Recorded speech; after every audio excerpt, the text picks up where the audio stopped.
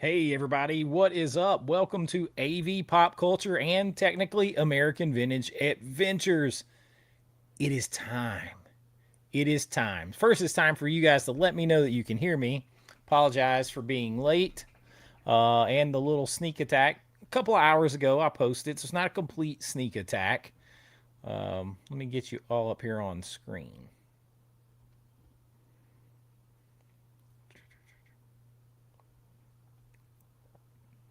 There we go. Hey, how's it going? None you biz. Goddess Lady Ray. Confused. Yeah, it's 18. Yeah, it took me a second. Okay, well, sorry you're out. What's up, Scottish Bear? Yeah, I was about 90 seconds late. I apologize. I apologize. If 90 seconds, somebody said, Goddess Lady Ray said she's out because I was 90 seconds late. I bet she never tunes in to Nerdrotic. I apologize because I'm probably late in his theme song. Let's see. Tommy in the house. What's up? Zenobia, how are you? The bald eagle. Go get him, sir. Let me try. Absolutely. Rest in peace, Tim Curry. Rest in peace, Dolly Parton. My goodness, the last like year and a half has been rough.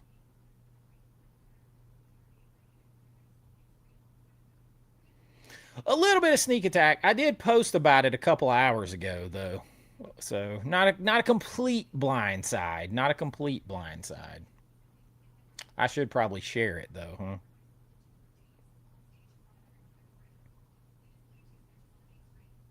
Let's see here.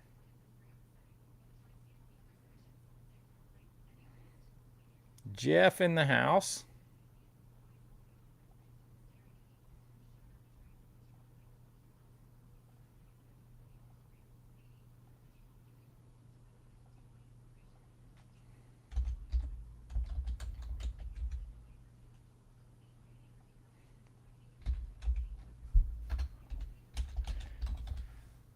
Sneak attack myself is what happened. All right.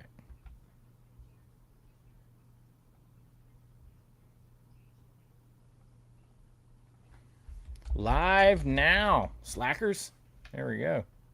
Ooh, I don't know what I just did. I did something though.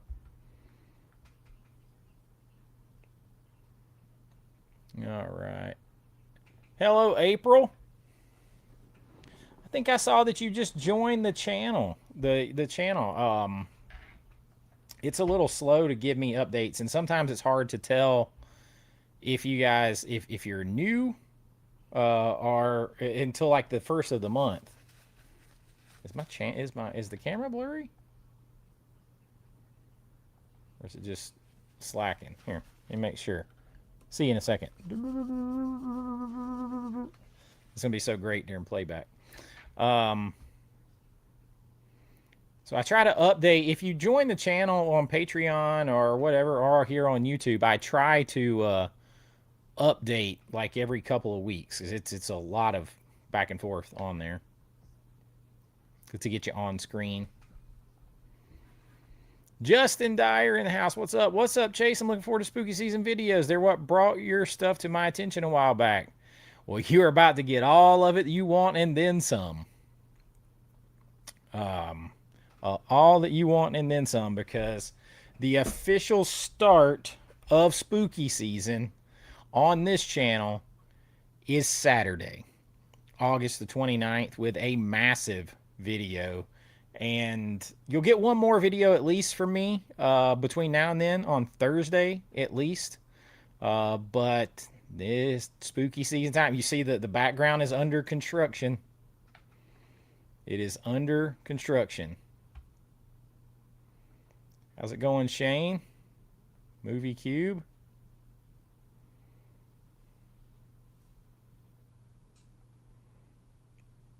Yeah, a lot of sad news lately. Luis, what's up? Yeah, I saw Viavision's doing Pumping Iron on Blu-ray, but man, it is bare bones compared to the anniversary DVD, which had um, it had another documentary on it, basically called Raw Iron, that was made out of all the extra footage, and it was like 2 hours long. It was longer than the actual Pumping Iron. It was loaded with extras, and we're missing a lot off. That's kind of a bare bones release. Watching Clue tonight in honor of Tim Curry. Yeah, it's crazy. It's really crazy. I mean, Tim Curry had been in bad health for a little while because he had that stroke like 14, 15 years ago. But considering that, I mean, making it, him and Dolly both making it almost to their 81st birthdays, I think. Dolly was even more of a blind side, to be honest. She didn't tell anyone she had cancer.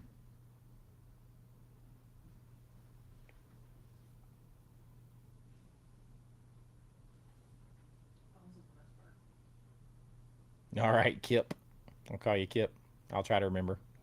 None your business. I love my video the other day. Felt the magic. I want to run 4 a.m. and drink eggs like Rocky and wonder like Indiana Jones. That's how I feel all the time.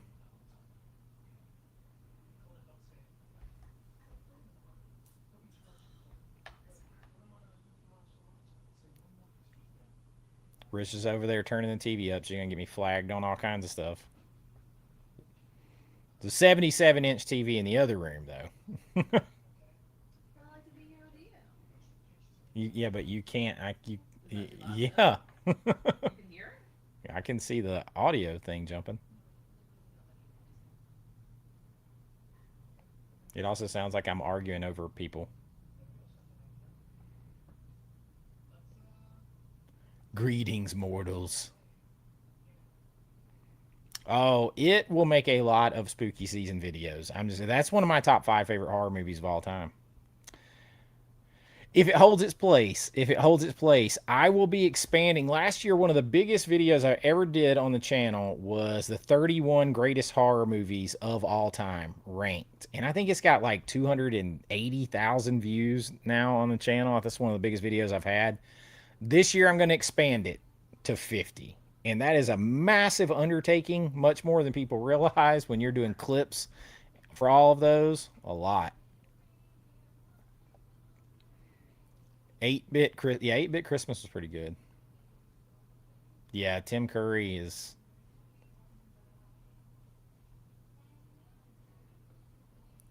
been subscribed. So I see you've been here since the beginning, 2024. Yep, a Chase live stream, Angry Man. Hello, hello, hello. Scottish Bear, 88 movies are doing. Yeah, no, Scottish Bear. They got the exact same thing. They got the exact same thing from it, they actually licensed it from Arrow and Toy Robot. It's the same. Um, it is the exact same, and Arrow's the one that did it first. So they actually just licensed that from Arrow. That's not loud, right? So you'd be fine with either version you want to get. I'm more irritated that it's just constant re-releases and duplicate releases all over the place. And I really don't want to hear about the territories because the internet exists to order from anywhere. That will now be like counting Blu-rays. That's like 7 Masters of the Universe releases in the last couple years.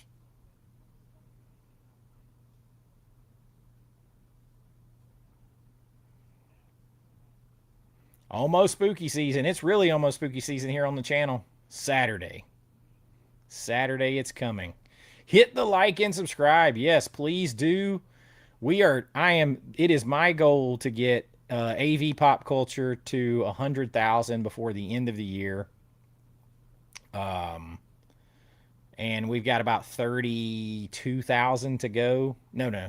Yeah, 32,000 to go.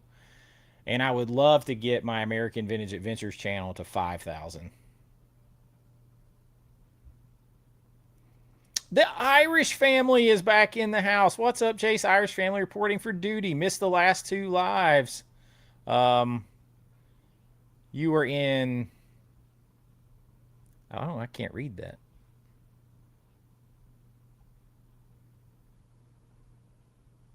Well, I'm glad you're here, and thank you for the super chat. Thank you for the super chat. I knew it was something you must have been out of town or something must have been up because you guys usually don't miss a live stream, or at least a whole live stream, especially not two in a row. Hit that like and subscribe. 3 a.m. here. That's right. You are over. See, you are in Greece, right? Um, so yeah, it is late over there, or early, depending on how you look at it. I usually get this after the fact for my morning routine. Tonight I caught it live. Spooky season is here. I'm glad you caught it live. I decided to go on a little early. Last night I was up till 3 a.m. Couldn't sleep. I've been working on all these videos, doing on all this stuff, and then I had to get up. I only slept like 4 hours, and I've done that here lately. So I wanted to get on early before I lost all my energy. Joe Vincent Presents. You guys make sure you check out his channel. Not that he needs my help. He's got millions and millions of subscribers. But that's the little rock reference. But yeah, Straight Talk with Dolly. I love 9 to 5 with Dolly, where she's like, if you finish that sentence, I'll turn you from a rooster to a hen with one shot or whatever. Collectors is hello AV Pop Culture. Would you recommend a person to start up their own YouTube channel? How long would you say it takes to sustain a living off of YouTube? There are so many variables. Listen, I started American Vintage Adventures. That's my other channel. I started American Vintage Adventures about a year and a half before I started this channel. This channel I've had a little over 2 years. So that other channel is 3.5 years old, and it still has less than 3,000 subscribers. And so you're not making anything off of that channel at all. Now, if I hadn't started this channel, it would be further along, but still, it's a very tough. It's a niche because it's travel, it's theme parks, all that kind of thing. Um, so I'll pull it up right here. But there are so many variables when it comes to that. It's a long, like, even you can't. I'd say you got to be at around 100,000 subscribers before you could say, "Hey, I could sustain this as my full-time job." Depending on what you need for a living.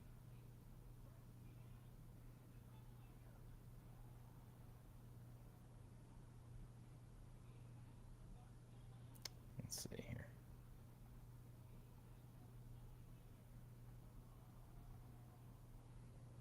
So I started this channel right here about a year and a half before I started AV Pop Culture. And like you see, it's just so relative. This one has, like, the video I did, which we're going to talk about here soon. The video I did over there the other day, um, like, that's a big video for it now. It's got like 1,100 views on AV Pop Culture. If I had 1,100 views in 2 days, I would fold up my tents. Um, so it's relatives. Now I've had some big ones over there in the past, but you could see, like, when I started that channel, you can go back. I cranked out, considering I don't live by Universal or Disney and I have to drive 6 hours. I cranked out a lot of videos on traveling and all of that down there, and it's just hard to catch on. Now I would hit some that would go 5,000, 6,000. A couple of them hit like maybe 10, 20,000 views, but it's very, very slow going. But anybody can travel. I'm a professional filmmaker, so, and all that, so I had a little bit more background to stand on, more social cred or whatever the term they want to use now.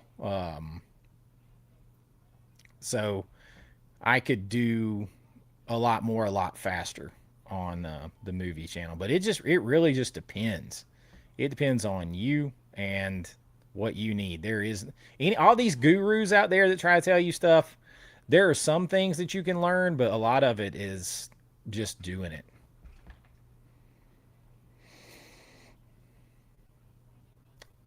Oh, you were in Ireland. That's what that was an IE. It was little bitty. That was an IE. Okay. Love Ireland went there. I've never been to Ireland. Never been to Ireland. Hello from Deland, Florida. Was wondering if you've seen Grandmother's House and if you'd recommend picking it up. I have seen it, but it's been a long, long time ago. So I don't want to be personally responsible for you.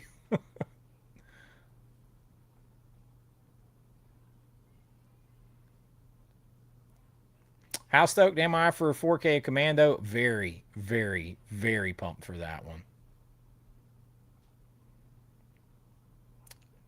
Yeah, Burl Tim Curry's Halloween. What Burl Ives is to Christmas.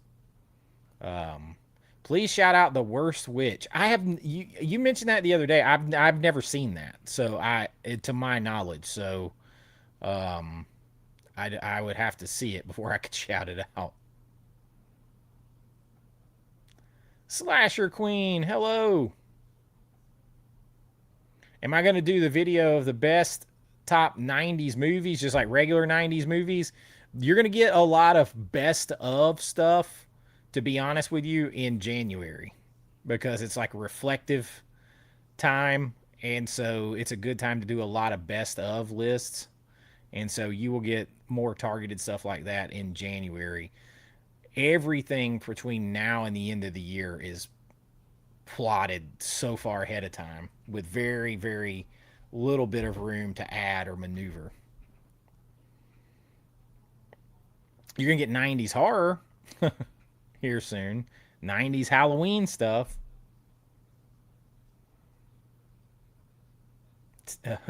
The Irish family. Yes, yes, the leaves are blowing, spooky swirling winds, a creepy carnival coming to ominous towns near you. I cannot wait. Bring it on, bring it on, bring it on. I'll take this off here for right now. You guys make sure you're subscribed over here. Help me out over there. Um, Help me out over there.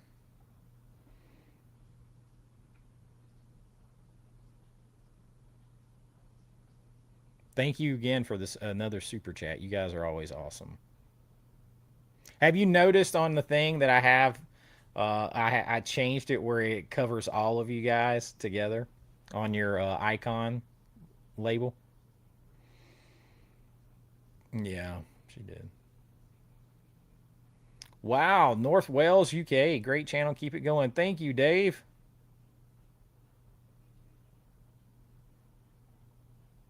Yes, Dolly Parton, Sandal. Dolly Parton is a lot of the reason that Buffy the Vampire Slayer had enough money to exist. She was a producer on Buffy the Vampire Slayer. Her company helped fund it.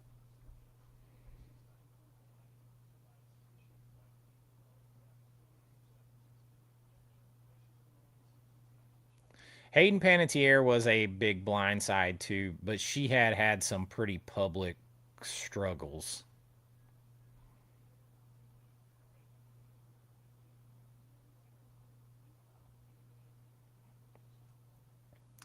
Oh, you guys love the movies that inspired me to be a filmmaker. 10 out of 10 perfect movies in there for sure. Great job. Thank you. You know, I don't know. I'm not sure what it is with that video, but it did not do well. It performed very, very poorly on the channel, and I'm not really sure why. You never can tell. It's almost like people sometimes people don't like stuff it is happy.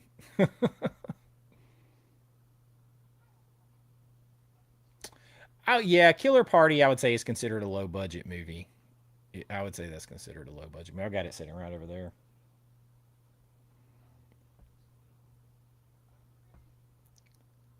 Greetings, foolish mortals, and welcome to spooky season.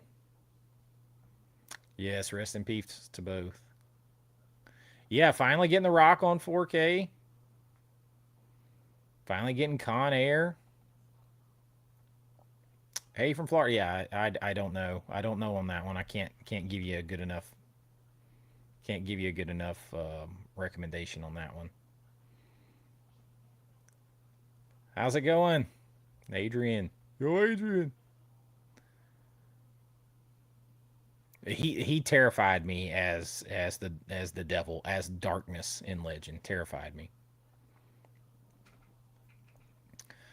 Sam says he loves the vids. Keep it going. Great job. Happy spooky season. It's coming. And thank you so much. Thank you. You jumping in on blockbusters? Oh, is he on tonight? My bad. I Y'all, I have to do what I can do right now. I try not to. And the funny thing is, um, speaking of blockbuster box sets, he sent me these awesome things that he's making now. These steelbook cases that just have all original art on them, and I'm gonna cover them at length on like my Patreon and stuff.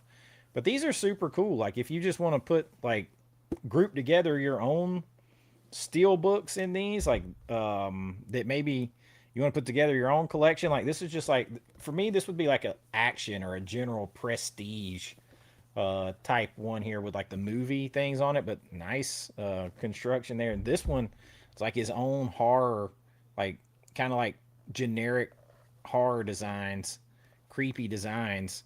So like if you had, some different steel books that you wanted to kind of group together, these things are built like tanks too. He sent me these, but since he just started making them, I'm like, man, these are super cool. I forgot he was on tonight though. Wasn't trying to cut him out for sure, but these are super cool that he sent me. I'm gonna cover them a little bit more on my channel. But if you guys want to check his stuff out, he's got stuff like this and so much more. Everybody's always asking me where I get like, oh, where'd you get that movie? Where'd you get that movie? Most of the time it's not the movie, it's those slip boxes and stuff that he's made. And so Blockbuster Box Sets has those. And he has these. My man Brian over at the Last Movie Standing makes them too. He just hadn't sent me any yet. Knucklehead.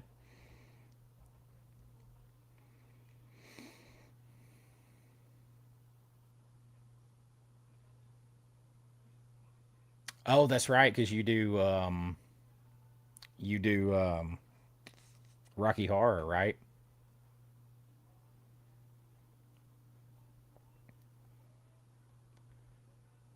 I have no idea. I heard those guys were trying to get it out in October. They're taking a really long time. Holy moly, this thing is so under pressure. They're taking a really long time. Oh, that's gonna have to be ran underwater. But I don't know. I don't know anything that's going.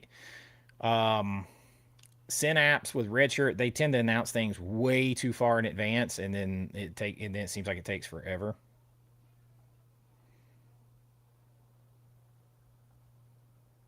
Hello, the Irish family striking again. Missed you, buddy. Your videos with pre spooky season have been fire lately. Can't wait. I've been trying. I've been trying, and I thought about it on my.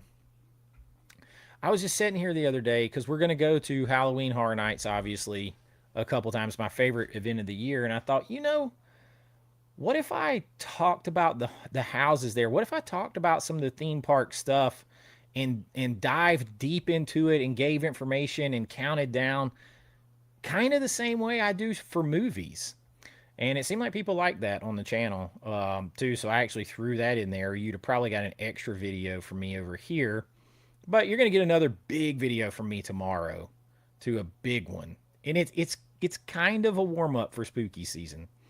Um, it's a little bit different, kind of an essay, kind of a deep dive, but kind of a list and covering specific movies, and something I've never really covered specifically before. So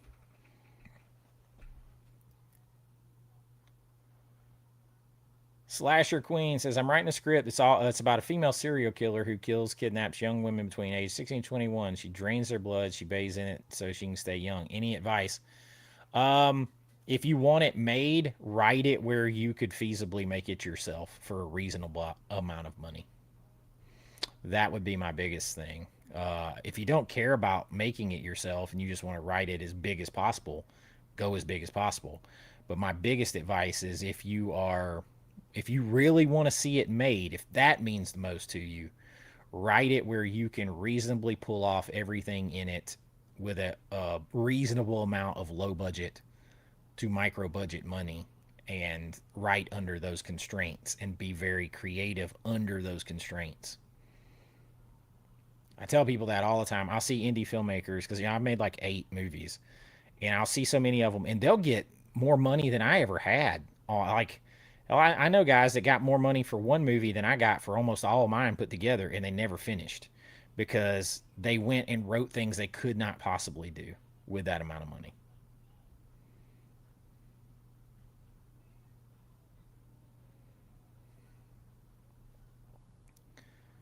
I have not seen anything yet. I have not seen any new movie since Spider-Man. It's my son's football is in full swing. That is multiple hours every day, along with the hours it takes to do this. I just like I haven't. The only thing here lately, I've been going to sleep watching Ted Lasso every night, just because it's light, easy watching, and my brain is so fried. And like I know starting in a few days, it'll be like I'll be watching spooky movies like nonstop. So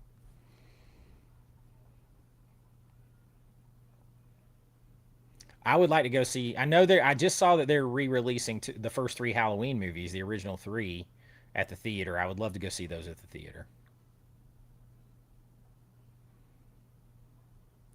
Gaming with Glees says really enjoy your channel. First time catching live. Well, welcome. Glad you caught me live. Varney Army just watched Creature Feature on Plex last night. Great job. Oh, awesome. I appreciate it. That one is the one that here during spooky season I will launch. That's something else. I really didn't mean to cut Blockbuster box sets off because the guy who makes these and makes all those slips back there, he is going to be. I supplied the art. I put all the possible artwork on my Patreon, but he's going to make the box sets and the slip covers and everything to have a brand new physical media remastered release of Creature Feature. And I'm going to take the pre-orders. I'm going to try to get that going live during spooky season with the artwork. So they'll be like, let's see if I got something sitting right here. Sure.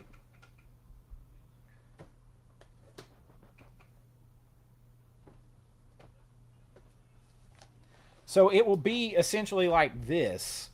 You'll have 2 options. So like Creature Feature it'll have a slip box, it will have a slip cover, and of course the case inside.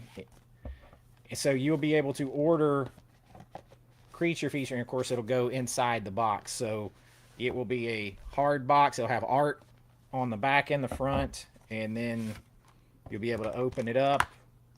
It'll have art on the inside and stuff, and I'll have it remastered, and I have some special features on there, including I'm going to try to get my knucklehead friends, Brian and Jason, to do a live a commentary with me on it for the extra features.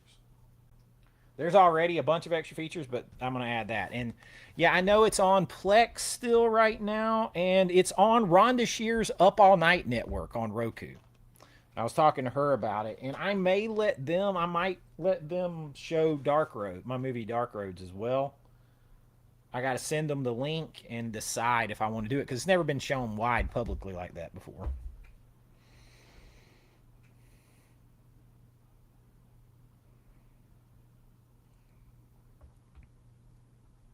Uh, mm, it is the exact same from what Brian was saying. He gets movies from them. I think it was Brian telling me that.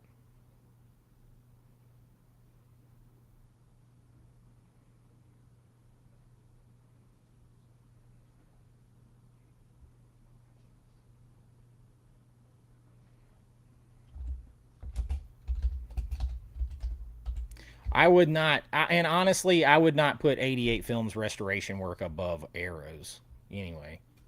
And I got my problems with Arrows, but I wouldn't put them above them.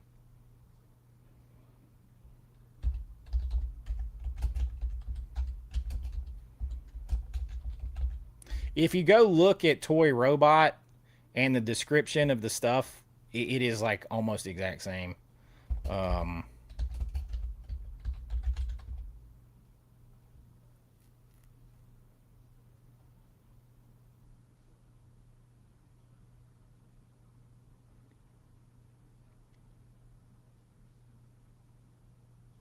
I don't know. We'll see. I'll ask Brian to give me some more details. Maybe they're doing their own. I love 88 Films. I would not put their restoration. I don't think they've quite earned that level yet.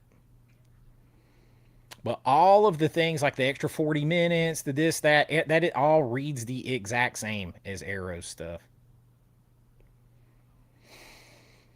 Thank you, my friend. Thank you, Skylar Black. I haven't played video games in a long time. I have a PlayStation 4 right over there, and I still have Assassin's Creed Valhalla that I've never taken the plastic off of for it. But I love video games. I just don't have time. Long live Halloween. Oh, Autopsy of Jane Doe. I did not get it yet. I didn't get it yet. The movie was shot digital.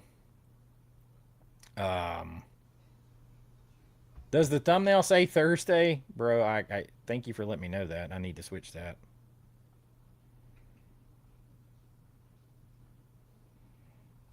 I need to switch that.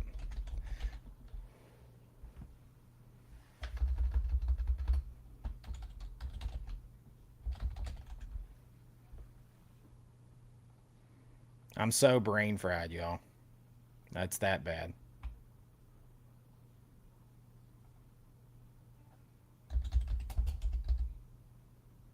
I don't know if I can change it like midstream or not.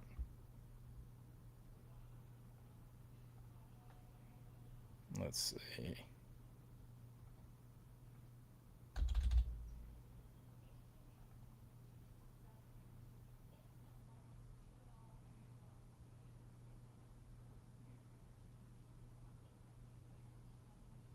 I don't know if it did it or not. Views parallax. What's up? Sorry, man. And I forgot that you're on tonight. I'm out. I'm out. Brain. I'm pretty much in the like fire pretty kind of situation. But thanks for letting me know that because I totally just missed it. I think I thought today was Thursday. No kidding. I'm over here trying to fix this midstream. You'll get all this fun stuff on Patreon. I always put my past live streams over there. You'll get all this fun, like, oh yeah, that's when Chase was losing his mind. But you'll see, like, I have tomorrow's video is massive. Saturday's launch, the spooky season, is a documentary, like essay. It is insanity. Um, the level of what I'm working on over here. Like if you put the two together, it would be like filming and editing an entire feature film in a couple of days. Not to mention the other videos and everything else that I'm doing.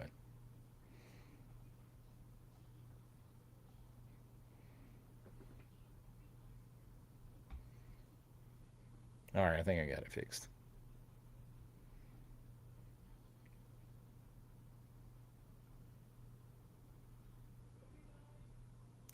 Oh yeah, they'll definitely take off stuff during spooky season because people will pay during spooky season to rent things. So that's their chance to get some money back.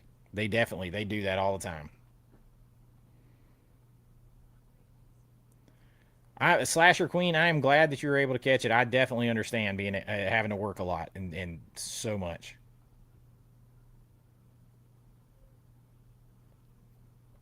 All hail spooky season. Aloha, Richard's Art. April says, I'm only going to be able to catch lives on Tuesdays and Wednesdays because I work till 11 the other nights. Most of the time, it will probably be Tuesdays when I do live, especially from here through the end of the year. Most of the time, it will be Tuesdays. 100 degrees plus the last 12 days. Yeah, I'm ready for some spooky season. It has been extremely hot here, like to the point where the heat index is like well over 100 and everything, and they're having to watch like how much they're allowed to have football practice outside. They have to take their helmets off. Different kinds of things. It's entirely crazy. Never played Retro Realms, Daniel. What's up, Eli? Don't forget to slash that like button and subscribe to this awesome channel. Thank you, man.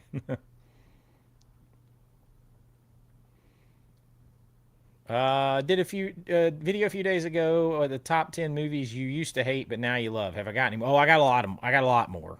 I got a lot more, but I got to save those for videos. I got a lot more. I usually when I do a video like that, I pare it down to like 10 each time.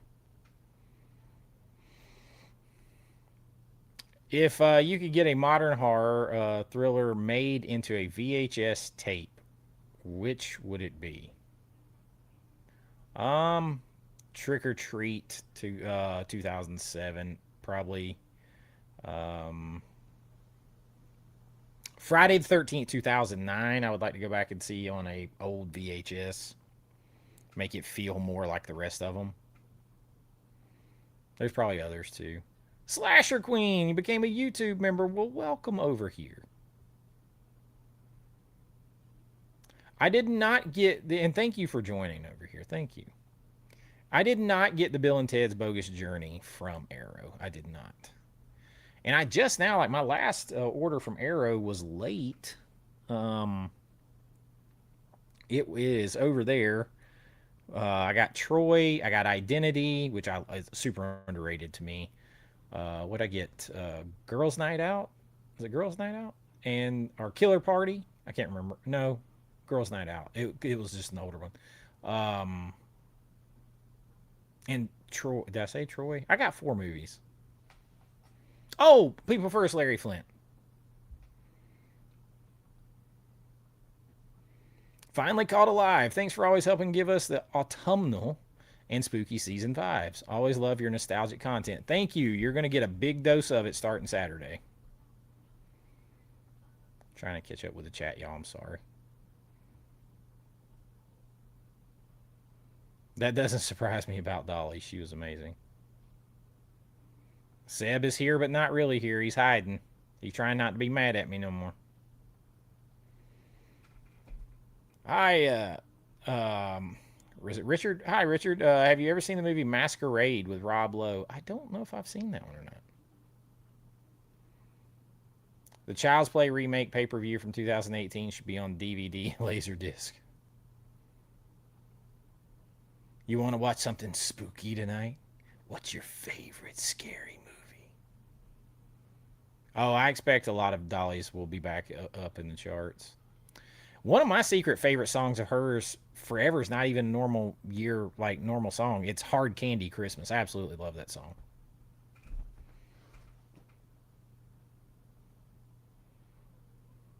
Oh, yeah. The Exorcism is Emily Rose is pretty solid.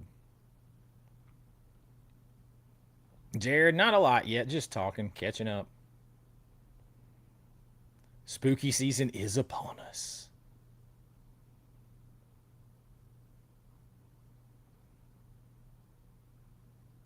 Miss C Webb, is that how you say it? Yeah, I've been grinding for sure. Recently, just found you. Love your stuff. Thank you. Well, I'm glad that you're enjoying it. Um, sometimes it depends. Like if I, this is just like the most busy time of year because my son plays football and my daughter does like theater and dance, and it is the most busy time of the year on the channel. So everything just collides at once. So like Otherwise, it's not really that hard for me. I mean, it's time consuming, but it's not as hard to crank out the videos. It's just a time crunch right now. Woo, Arizona was hot. I haven't seen. I don't know if I may, and I might just be forgetting it, blanking on the name, and I watch it and I'm like, oh yeah, I've seen that. The Irish family with a $20 super chat. Thank you again. You guys always too much. Love your honest and all opinions on the Overcooked list. So glad you warmed up to the Dollars trilogy. It's Leone's a masterpiece. The Good, the Bad, and the Ugly is the best, but a few dollars more is a very close second. I actually, and I know I took a lot of heat for this, but like I would watch them 100 times over before Once Upon a Time in the West. I think he took everything from those movies, got too big of a budget for Once Upon a Time in the West, and took everything he did and said, I'm going to do it even bigger. And sometimes that means turning this long, slow shot into something that's painful, in my opinion. Um, I like a few dollars more because of like the buddy team up kind of situation. Thank you guys. Thank you. I do like Dead Poet Society. I will pick that up. Yo, Sofa. Hello.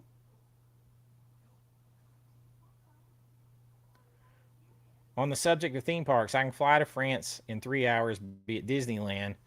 Now France is going to start construction on two big theme parks based on manga and anime, with one just on Dragon Ball. That's crazy. I don't think that would ever do that do well enough here. Everybody's always like, "Oh, they need to put Pokemon and they need to do this and that here at Universal and things because it's such a big brand."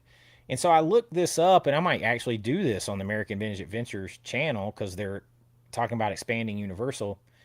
It is a very big, valuable brand, Pokemon, but like 80% of all of its sales are not US based. So, yeah, it's a big brand, but it's not the draw that's going to get. Whereas most of like Universal's customers, like 80% of Universal's visitors here in the United States, come from the United States. So you would be building something that 80% of the people in the United States that they're not. It would be bigger if you built it overseas, if you built it in Europe somewhere or Japan or something like that. I don't think it would be as big of a draw here because it's a huge thing, Pokemon. Um, but the same thing with like anime here. I don't think it would work. And now they're building a Universal Park in the UK, so that's going to take away too.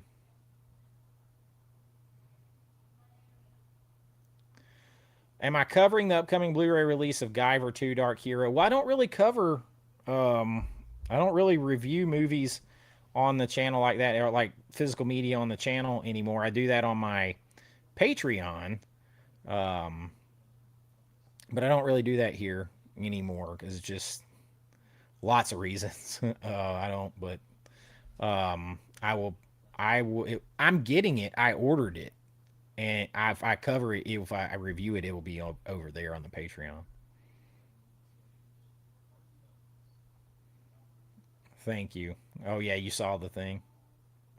I'm so behind. I know. I'm trying. Gonna do any live lists? I gotta save all my stuff. I gotta save all my stuff. I can't. I can't do them live. We do everything else live. I can't do them live because um, I got. I come up. I will during spooky season alone. I will do like 55 videos in 62 days of like pure original lists, rankings, um, essays, documentaries, all of that just straight out of my head. So can't afford to burn any of them.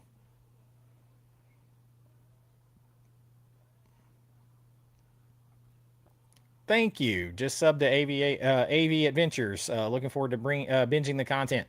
It's fun. If you guys like hanging out with me, that is pure hanging out with me over there. Like You can see me drinking around the world at Epcot, us doing that challenge, just having fun. It's a whole other kind of thing.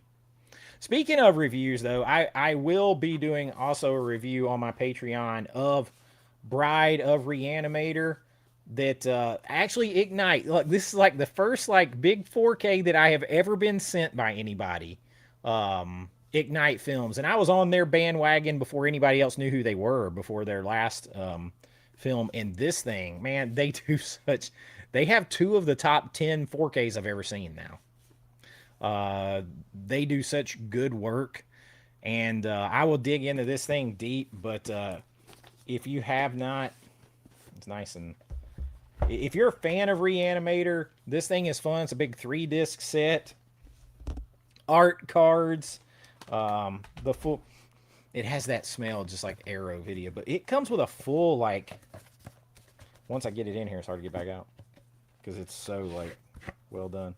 Comes with a full hardback book with this set, like not a perfect bound, not those little flimsy ones, but like a full hardback book, and it's worth it, y'all. I had not seen Reanimate or Bride of Reanimator in a long, long time, and they sent it to me because at some point here I'm going to try to do an interview. They're going to set up where I can do an interview with Yuzna and some of the cast from this movie. We're still trying to get that together. And so got to watch this, and I'll do a full review on my Patreon of this, but this was awesome. And I know, like my man Jordan over at the Movie Den, other people have done some reviews, but this is really, really high quality.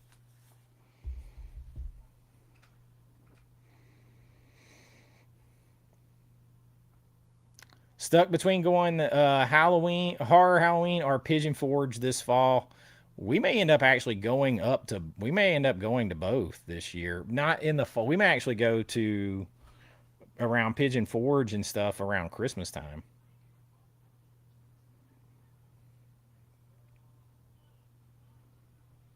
Wagons East, I haven't seen in forever.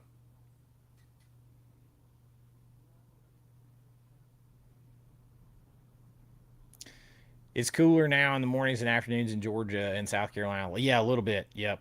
The humidity broke a little bit. Just got Project Hail Mary 4K. I'm still waiting on mine. I haven't. Yeah, it is awesome. Yes, it was nice to see a movie that had nothing and no kind of agendas and just did it. Okay, what is the best first horror movie to kick off spooky season? Well, I did the full list of the warm up. Um, that's a really good question of like what's just the best to kick off spooky season. I mean, I'm gonna stick with something wicked this way comes, because they're kind of like saying goodbye to the summer and then the in going into full fledged fall in that movie, and the fair, the carnival brings the kind of cold weather and the falling leaves and the whole like overcast tone to the movie. I'm sticking with that one because growing up here, the Gwinnett County Fair will be here in like a couple of weeks, and that was always like my late father would always say, I feel like the fair brings the cool weather and fall with it. So I just feel like that's a good transition. I feel like it really is.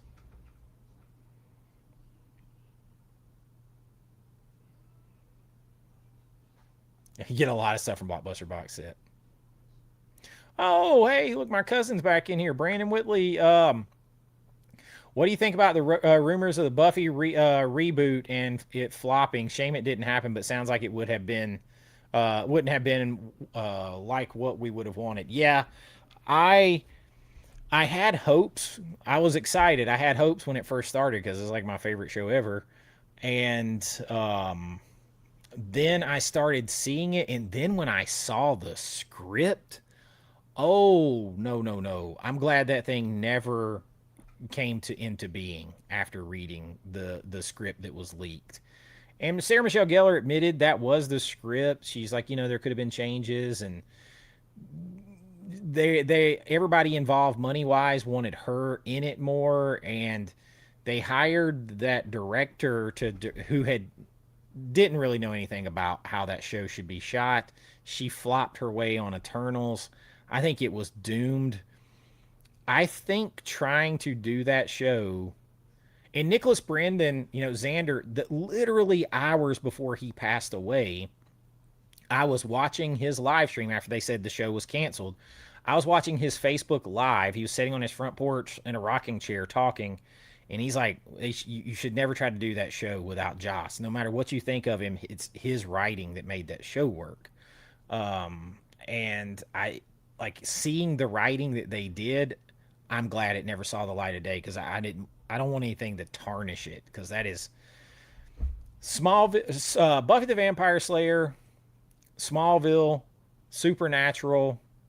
Those are probably my top three favorite shows of all time. And then if you keep digging, of course, you're going to get like the original Star Trek. You're going to get X Files. You're going to get The Simpsons, but that's like that. Those are sitcoms. That's different. Um, I love the show Chuck. I Friday Night Lights. Stuff like that. And I Fringe. I loved, but those three and Buffy's at the top, and Angel I obviously love too. And I'm glad to see that it. After seeing the script, I'll say I'm glad it didn't come to life.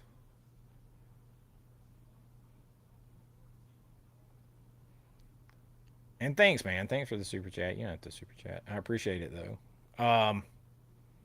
Zenobia, I should watch The Worst Witch. Okay, I'm gonna watch because people keep telling me, so I got to see if I've seen it or not. You get my big, beautiful, custom made pen that Risha got me, and write it down. Write that down. I always say write it down. I hate the term jot it down. I don't know why, but I do. Um, the Worst Witch.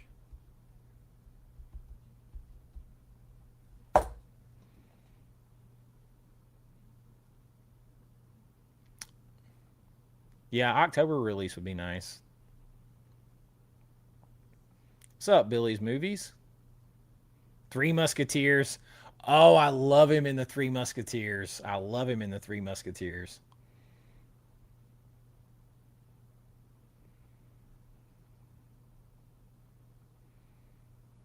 Three Musketeers is so underrated. There's no 4K of that, is there? If there's no that needs to be have a 4K. Hell yeah, Bruce Wayne. Spooky season's here. College football's coming. Yeah, my son's second high school football game of the year is Friday. They played a game, had a bye week. Now they're going to play again. It's in full swing. It's here. It's here, and I'm bringing the thunder on Saturday with my big first video spooky season. I am on Letterboxd. I am. Let me see if I can pull it up real quick. Ooh, bright light.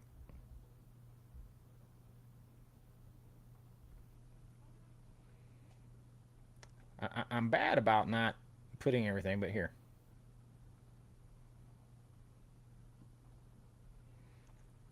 There I am on Letterboxd.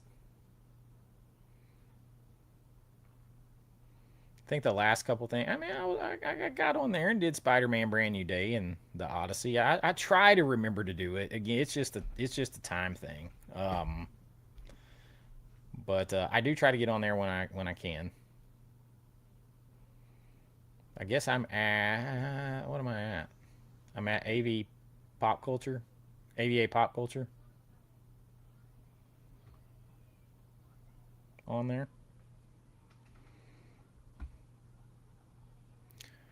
We always talk about movies and TV, any TV series. Oh, I didn't see that before. Yeah, I never. Dexter was okay. I never watched an episode of Breaking Bad or Call Saul. I watched the first season of Reacher. I liked the first season. I never watched any more.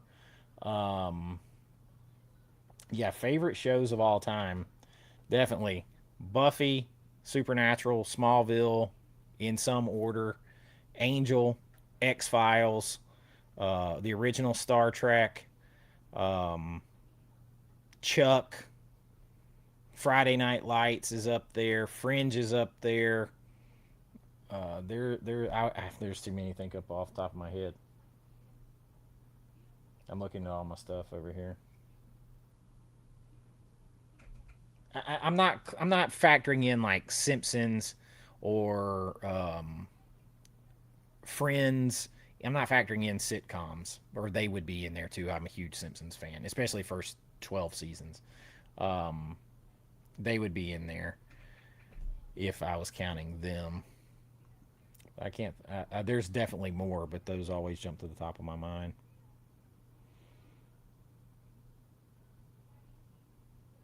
Game of Thrones. Game of Thrones. I did love Game of Thrones, even though it ended poorly.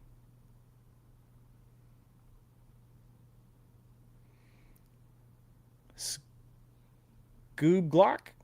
Hey Chase, love the channel. I'm an '80s kid as well. I know you love werewolves. Was wondering if you watched Fox, the Fox werewolf TV show from '87. I don't know if I watched that or not. What was the name of it?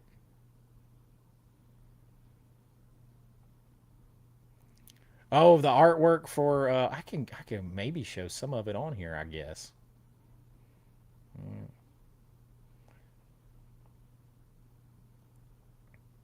gotta be careful on some of it, but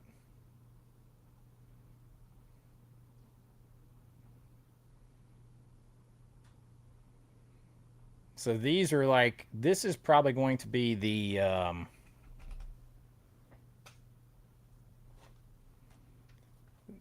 that is probably going to be the slip cover or the sleeve or the internal sleeve. Got that one. And most of these come from the movie, and then they're like digital overpaints, and then additions like that. Um, so these are like slip cover or internal slip options. It's probably going to be, I think it's this fifth one. It's probably going to be that one. To be honest with you, for the slip, and then or that's the front panel. Yeah, front panel. Let's see. Oh, I thought I had more. I don't know where they're. I don't know where all the posts are. Let's try this.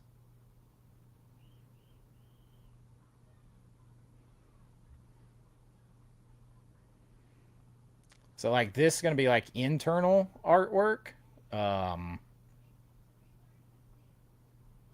this would be like internal artwork, and these are just stills from the movie that have been digitally overpainted and then comic book had a comic book effect put over them.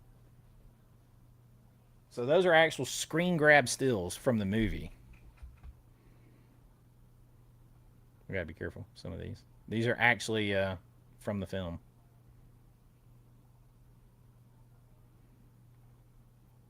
So all this art is going to be used somehow in the packaging of Creature Feature. Be careful on some of them. But yeah. Oh, and here's the box art covers. Like these will be the this will be the hard box cover options. That's the clown from the movie because the whole thing's supposed to be like a comic book, kind of like Creepshow. That one's a little too busy, I think. Scarecrow. I think we're probably going to go with this one for the box cover. The actual outer box. At least the front of it. The back will look like a comic book page. So, got some cool art coming. Another $5 super chat from the Irish family.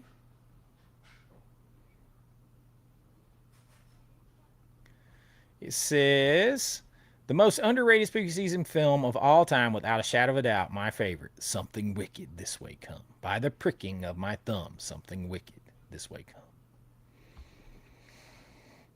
Thank you for the $5 super chat. Yeah, I think it's a great one to start off with. Where can you find my movies? It's hard for me to keep up with now as the streaming rights switch and run out. Like, I know Creature Feature is on Plex. I know Creature Feature is also on Rhonda Shear's Up All Night Network right now on Roku.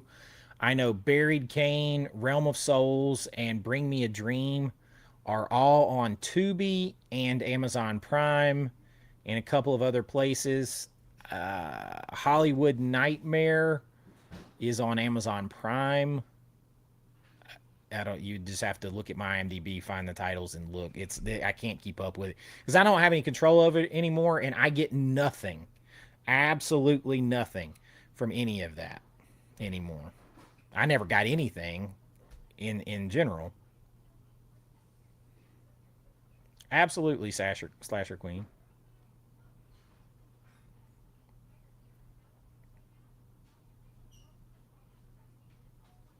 They stole your shit. You went to see Tony, and it was a straight up defilement. What is Tony? I don't know. Tony? What movie is that?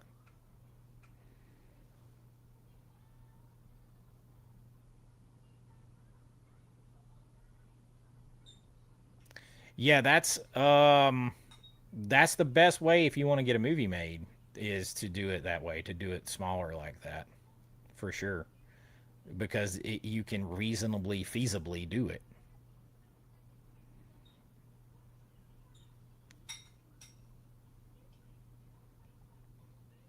Chase Powell.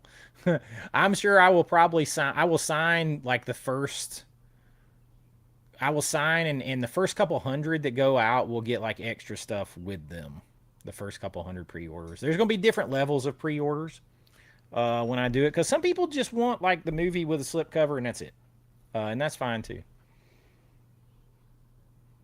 Yeah, the scarecrow in the movie is awesome. I love the scarecrow uh, story in there.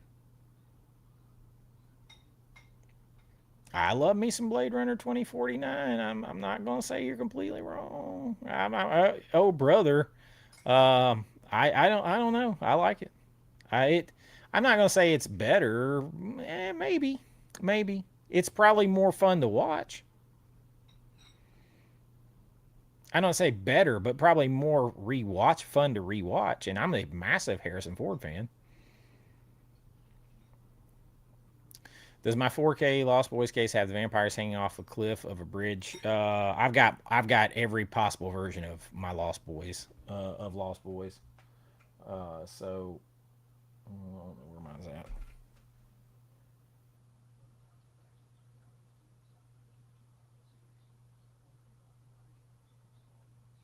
I don't know where mine's at. Where did I put it? I don't know where it's at.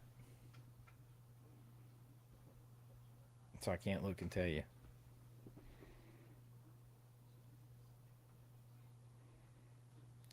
Chase Bryan, Jason one.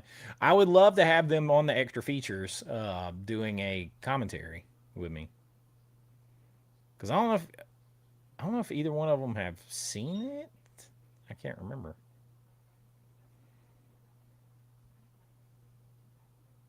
Oh, your guess is day after tomorrow for Arrow. That wouldn't be bad. I would take that. I certainly do not want them to re-release like Fargo or re-release a Simple Plan or like you just did. Like stop. They're doing too many re-releases. Yeah, I'm excited to get that one out. I'm excited to get that one out. That is the impossible choice for me. That's impossible because I am so tied to the Beastmaster with my dad and sentimentally, and I am such a massive Arnold fan. That is an impossible choice. That's a Sophie's choice right there.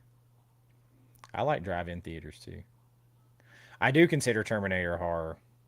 It is to me. It's a horror sci-fi. He's a slight. He might as well be Jason. Hey Becca.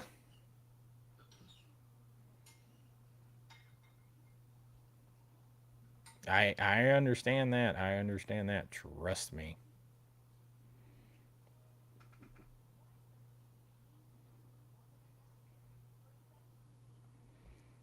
You saw Creature Feature in the video store when it came out. Someone grabbed it before I could buy it. Last year, I was at a private sale and found the exact same disc.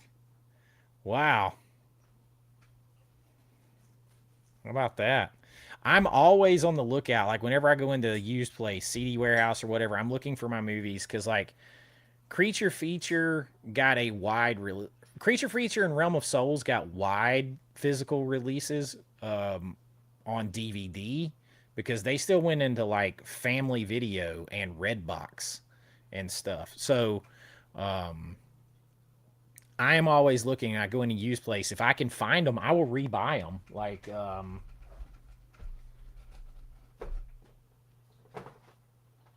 this is one that I found and rebought right here, Realm of Souls. I actually found that and just rebought it. Try to collect up my own movies out there.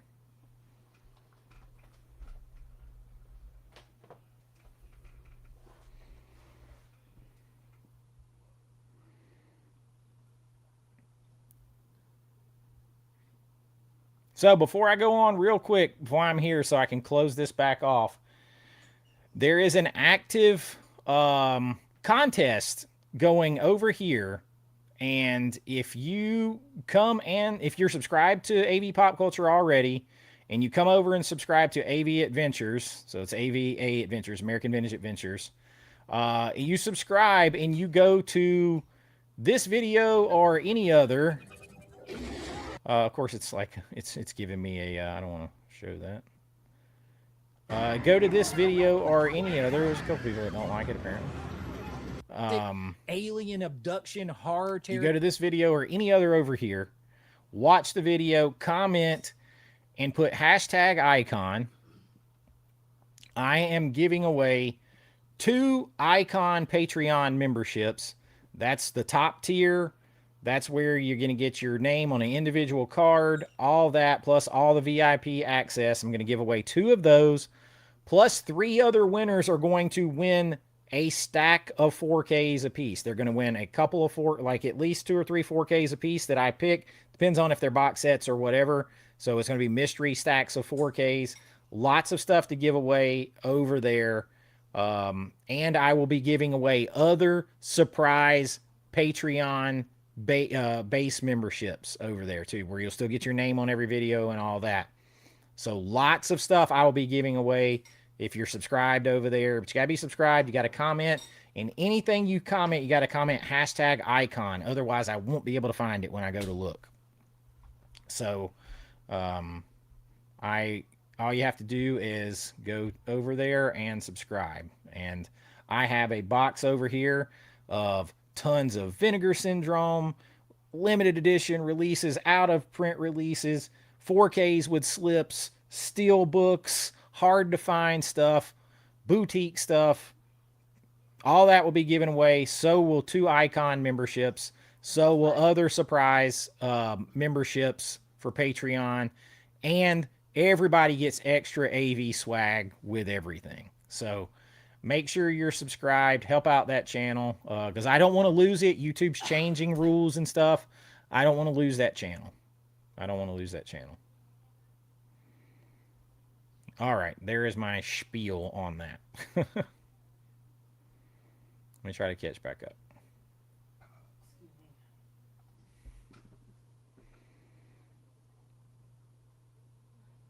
I have probably seen every Tales from the Crypt episode, though I can't say I remember that one off the top of my head.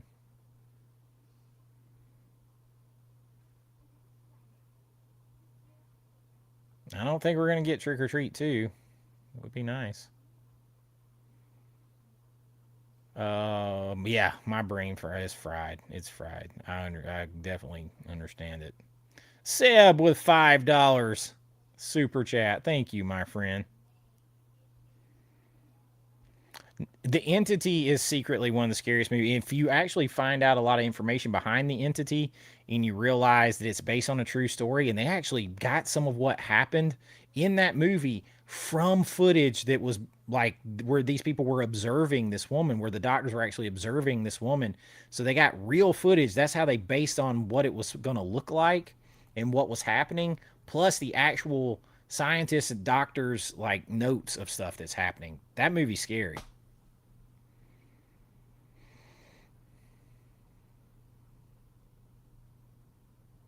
Yeah, so technically it was Thursday for Adrian and anyone in the UK.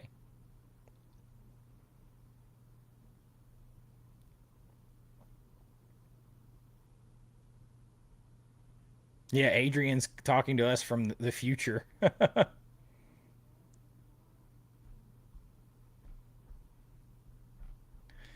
I would disagree. I don't agree. I don't agree on that one. Um, I don't know. They don't have enough for me to say that. Um, and even Brian thought that the standard 4K from Universal, I think for American Pie 2 beat 88 films. It was 2 or I think it was 2 beat 88 films. Arrow is pretty up to the top.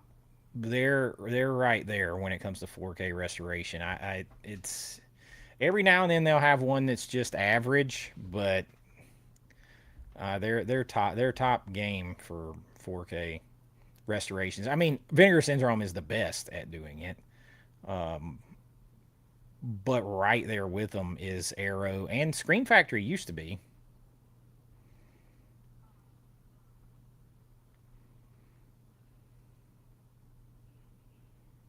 Oh yeah, I can't. I'm gonna try to. I'm gonna record everything I can while I'm at HHN. You can't record going through the houses, but I'll get footage. I'll wear my glasses if I have to. I got these. I've got these glasses. I don't know. They may make me take them off because they do light up to let you know they're recording. But one way or the other, I'll have footage too.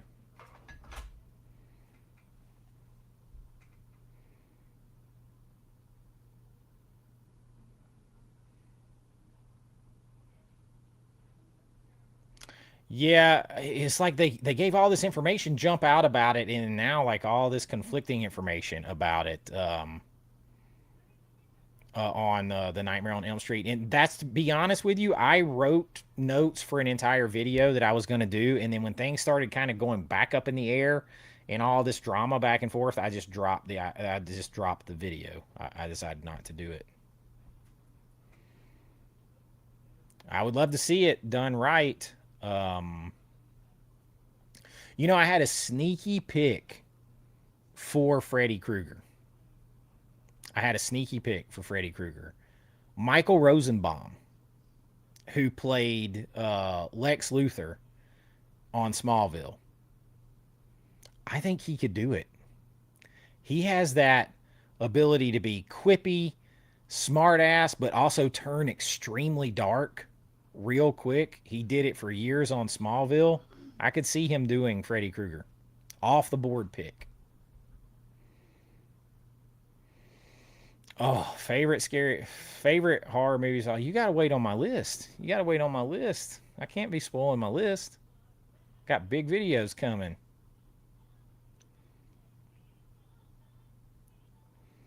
Just finished my Something Wicked Before Spooky Season list. Definitely got you in the mood. I love it. I love it. I love it. The Test family strikes again. Says with a $5 super chat. Says thank you for being our spooky season storyteller and author. I love it. I love it. I can't wait, y'all. Like, and I there's still more to go back here, and you can see some of it, but like um plenty. I mean, I got like real corn stalks back here, y'all. There's still more stuff to come. I just love it's like so immersive over here in this corner. It just kind of keeps you in the mood. Um, and I got more to come, and I love it. I love doing. I have been like counting down. It also, I have so many of these videos planned. I know what I'm doing with them, and there is no question of like what video do I do next. What video? It's like no, this is spooky season. And now I will say this year we will expand Christmas season because I think the one thing I messed up on last year is I didn't get to a lot of ideas for Christmas stuff that I wanted to do because I started too late. I didn't want to burn people out. But I mean, YouTube starts pushing this stuff before like the several days before Halloween gets here. So I waited till like Thanksgiving weekend before I started Christmas stuff, and I was late and I didn't get everything done I wanted to do. And I did too many Thanksgiving videos. I think I did 12. I think you're only going to get like 4 or 5 Thanksgiving videos from me this year. We're going to do Christmas is going to start much earlier after Halloween, but there are other what I'm calling ballast videos to keep us afloat where it's not 100% Christmas stuff. There's going to be some autumn stuff stuck in there. There's going to be some classic movie lists. There's going to be some like hot button discussion like lists in there, but with movies that relate that feel like they are appropriate for that time of year. So it's going to be expanded. So it's going to be much like spooky season, a lot more expanded.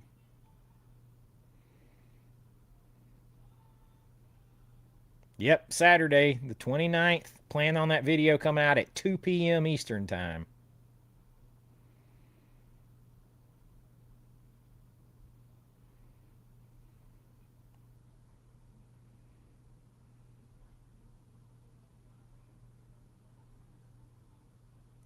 What is the deciding factor for if a movie is background noise for you versus a movie you lock in and stay off your cell phone? Um,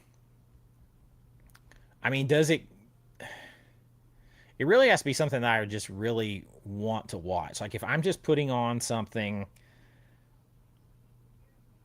it's really hard. It really just depends on my mood more than the actual movie. It depends on my mood much more than the actual movie. Because I can lock in on a movie I've seen 1,000 times and I can zone out on a movie I'm watching for the first time. If the movie looks cheap and slick like a lot of these new movies, it will zone me out real quick. And then kind of become background noise. Now, I try to stay off my phone when I'm watching movies, period. If I usually, a lot of times though, if I pick up my phone, I'm looking up information about the movie. Um, or somebody in it, where I've seen them before, what camera was used on the. I'm looking up something about the movie. I'm not just like scrolling my feed at all. I don't do that. But it just depends on my mood. Like when I'm ready to get locked in, like when we've been rewatching Buffy the Vampire Slayer with my daughter, her first ever watch, and when we're watching together, it's locked in. It's locked in, and we'll do 4 or 5 episodes in a row. And it's just pure locked in, pure locked in. So if it's something that I'm excited about watching, and everybody's kind of like excited about watching, versus like, I'm just gonna throw this on to occupy my brain.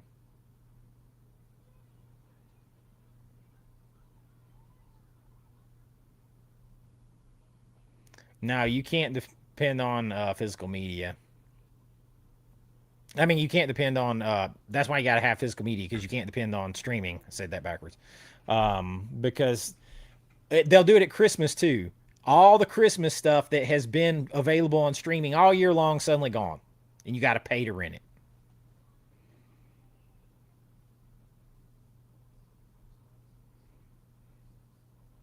The Arrow 4K of Trick or Treat is one of the best 4Ks I've seen too. It's the top 10. It literally cracked out my old TV. My old 4K TV couldn't even handle the range of it. It's hard to pick just one Dolly one.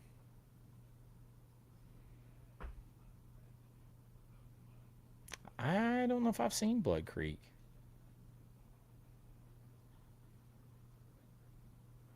Yes, I just talked about Ryan Stone about what 6 weeks ago on a video, maybe 2 months ago on a video. I finally had Rhinestone Cowboy on there, and I saw today Stallone made a video tribute to Dolly, and he talked about when they were filming that, and they went and rode this Tennessee walking horse, and the two of them were on it together, and they fell off the horse, and it was great.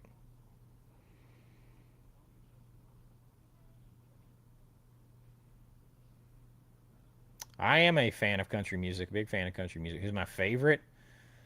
Oh, um, I'm gonna have to give you a couple because I can't do that. Alan Jackson, Don Williams, George Strait.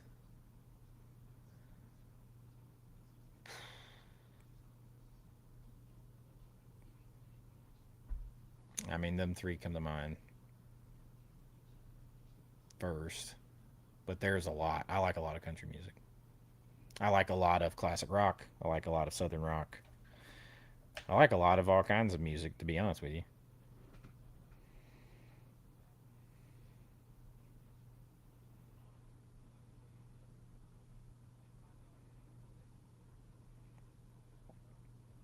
I'd say Alan Jackson, Don Williams, and George Strait probably safe up there um, in my top three.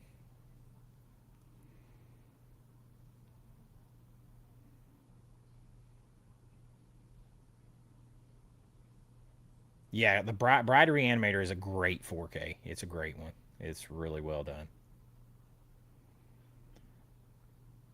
Oh, I mean, how can you go wrong with Patsy Cline and Jim Reeves?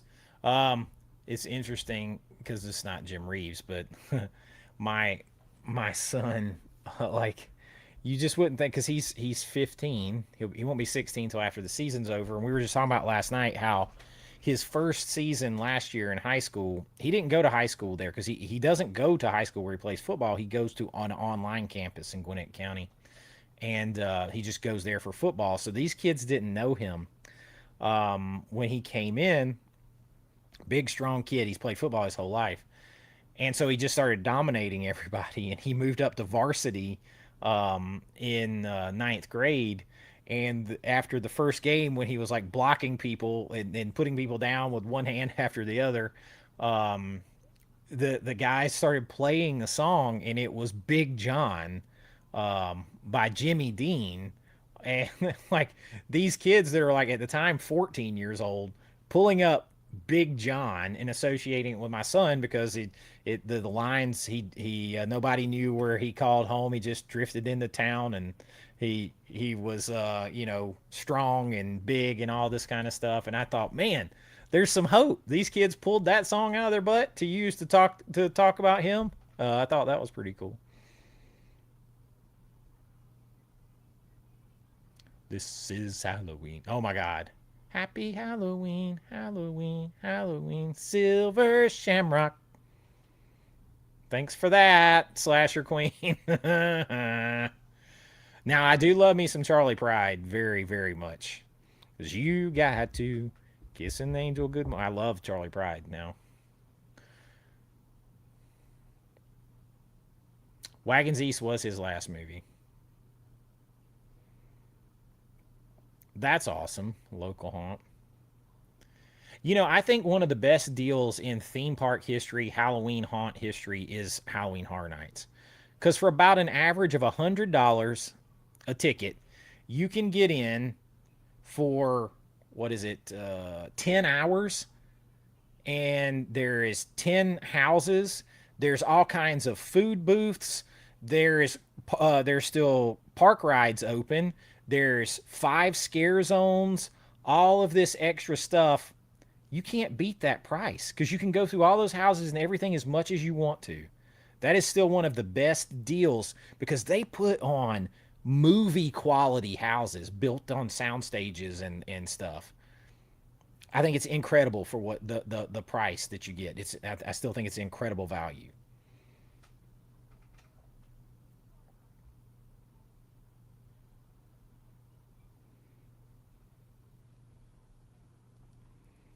Demons 1988. I love Demons. Demons. I've told the story a bunch of times how that artwork scared me and gave me a nightmare of Robert Stack and the voice that he would do on Unsolved Mysteries. I was dreaming he was narrating like a story from Unsolved Mysteries. And I was like, what, 10? Um, when that hit the VHS rental places. And I had seen that cover art with the demon on it. I got it right down there.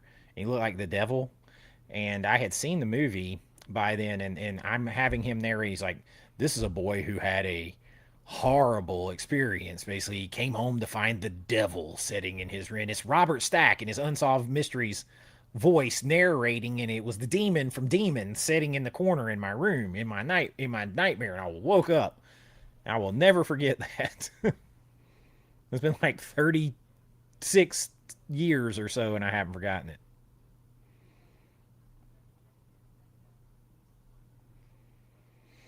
Oh, last year was your first time seeing something wicked this way come? Jonathan Pryce is great. Yo, Jason's in the house. Team Alme Studios, better known as Movie Mass 4K Chloroform.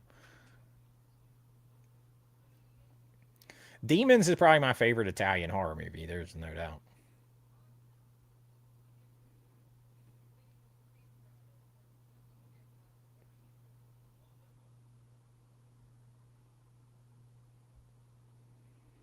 I don't know if I would say that they're desperate for attention because, they left Hollywood. They left doing everything for 15, 16 years till their kids got up to driving age. They just left. They stepped out completely. Yeah, I don't want an 80-degree Halloween or Thanksgiving either.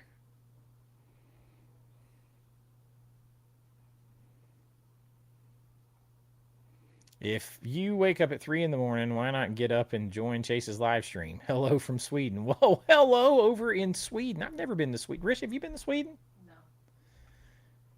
Dublin and Paris Dublin and Paris and England over there. and England.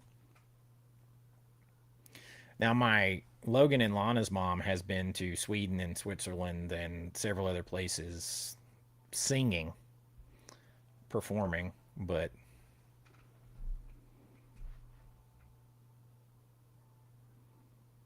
hello over in Sweden. Cardinal Richelieu.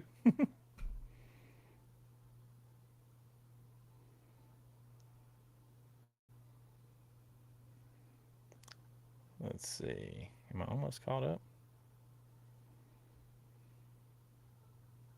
The Worst Witch. I got it written down. I got it written down. Yo, why so Bluetooth? How you doing, my friend?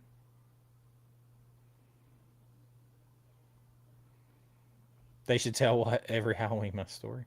Um, so it's interesting. You guys are gonna get like some personal spooky, like real life stories from that are through my family. They're gonna get worked into some context of some stuff with some movies and pop culture and Halloween and this house that we lived in and the history behind this house. You're gonna get that story in an essay this year in a documentary style like nostalgia video. It's gonna be interesting.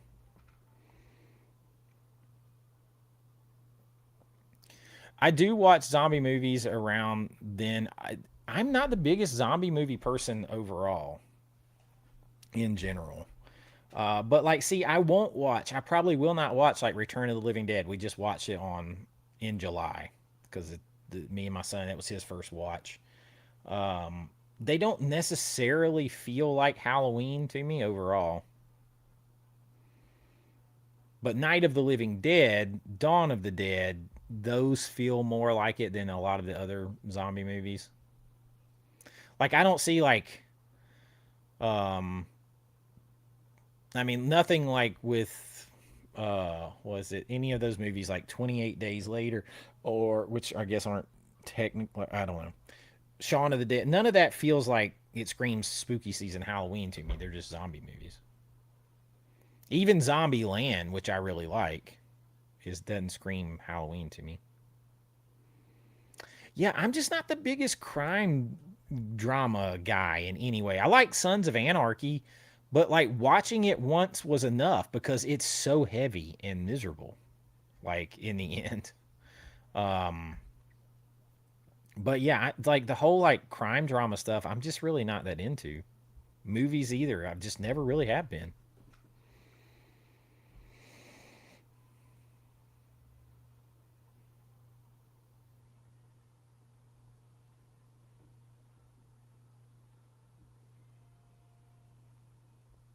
Yeah, that's it's set later, but like I explain why I associate it with now.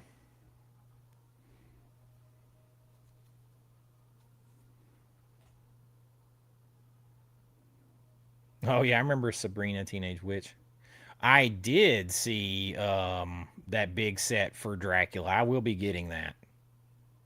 I will be getting that for sure. I watched The Sopranos just because everybody else was watching it, but like I don't feel the need to run out and buy it real quick. I don't know. I was never into the whole like mob, mafia. Just it never got me.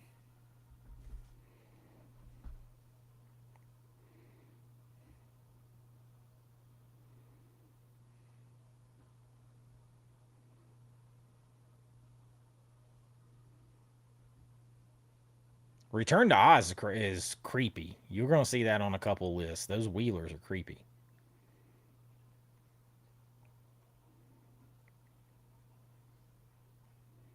All right, you found me on Letterboxd.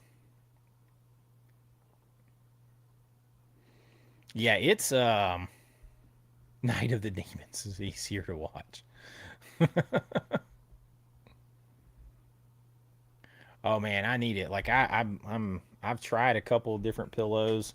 Like I keep waking up with like I'll sleep on my back or side and I'll wake up and this whole arm is asleep like from here down.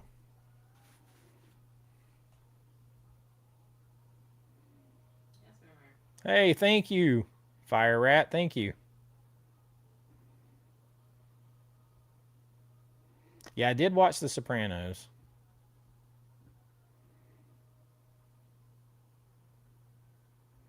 I think Creature Feature is gonna come out first. I think it's gonna be Creature Feature first.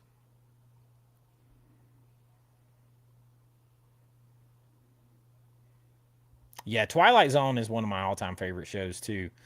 It's a top five favorite. If we're, I reason I didn't think of it right away is because I was thinking of all of like hour-long shows. But it is. I have every episode. I'm a Twilight Zone fanatic.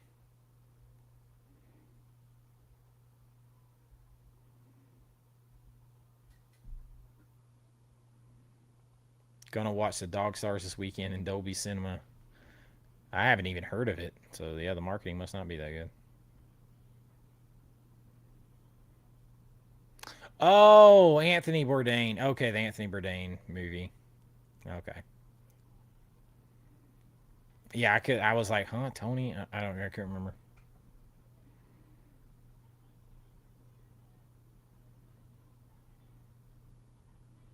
I like Blade Runner 2049. I like it.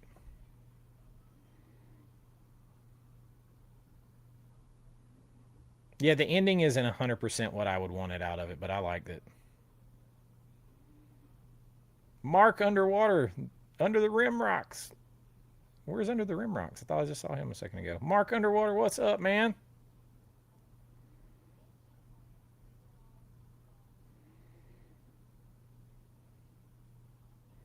I thought I was almost caught up and it just keeps going.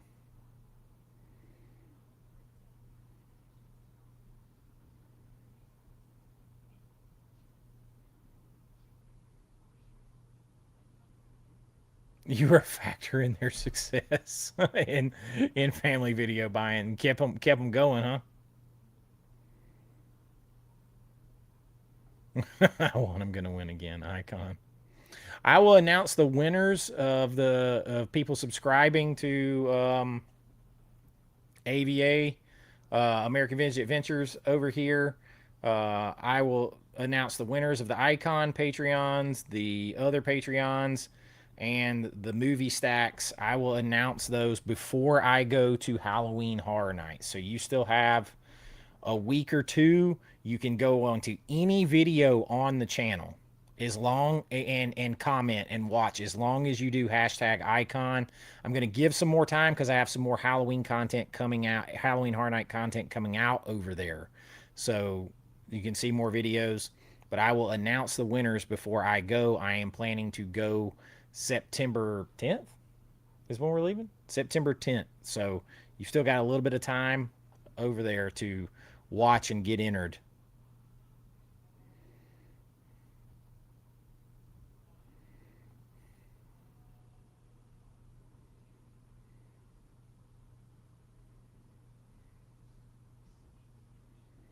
The entity is intense. Barbara Hershey, and how they did it to make it look like the ghost was like fondling her, and so you could see her skin being pushed in.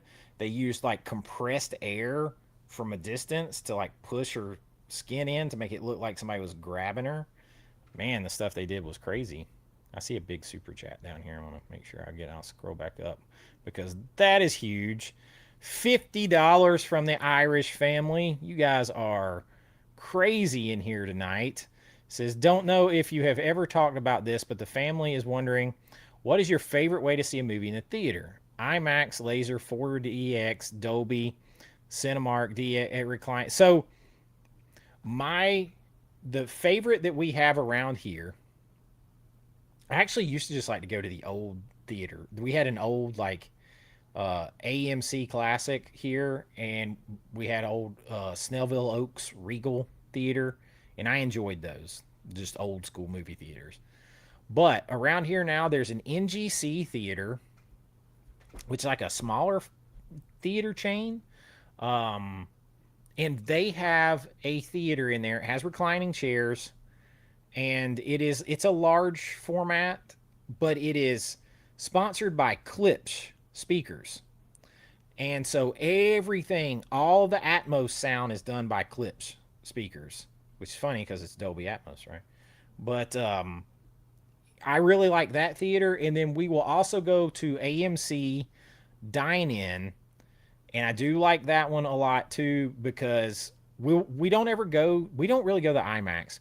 We will go to the Dolby big. They call it the Dolby Big D Cinema in AMC Theater, and so it's all Dolby with Dolby Vision and Dolby Atmos and full recliners that will lay all the way back. And that's the one we go to if we want like a special treat to see. Like that's where we saw the Odyssey to see it in the biggest format possible around here. Um, and if we want to eat in there and be fancy, the NGC is actually probably my favorite to go. And I say this to somebody that owns like a shit ton of stock in AMC from a long time ago. But the NGC is probably my favorite to go to because it's still got that old vibe. It I don't know. It just still has a classic movie theater charm to me. You can also get free. They have a machine in there where you can refill your fresh popcorn yourself. You don't have to wait anybody to do it. They have a little bar over there that's not much bigger than somebody's home bar. It just feels very mom and pop, and I like that. But they got the big Klipsch theater with the awesome Klipsch speakers, and I'm a Klipsch speaker guy, so I feel like going there get the best of both worlds. They have like little neighborhood packages, so you can get two large drinks, all the refills you want, large popcorn, all the refills you want, and two candies for $25.99. I don't think that's that bad. Because and we'll get a big popcorn when we leave too. We'll refill it on the way out. But yeah, two large drinks, large popcorn, two candies, $25.99. The tickets over there, even for the Klipsch Theater, is like $15 at prime time, and during the day they're like 11. So it just feels more old school. So I kind of like going over there better.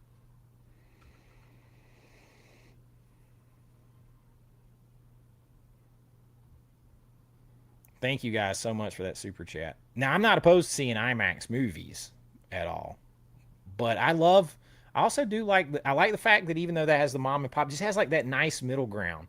It has the old charm, and then it has like some new features. I like being able to put my feet up a little bit, and got a little heater on the seat. I haven't seen Coyote versus Acme. I do like some Joe Diffie and Toby Keith.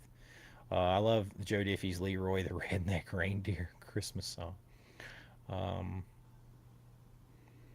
Teal Kit, we just been talking.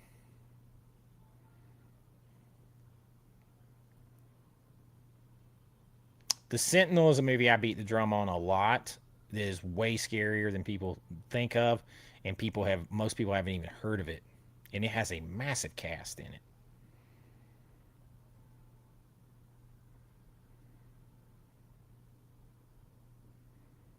I have not seen Safe.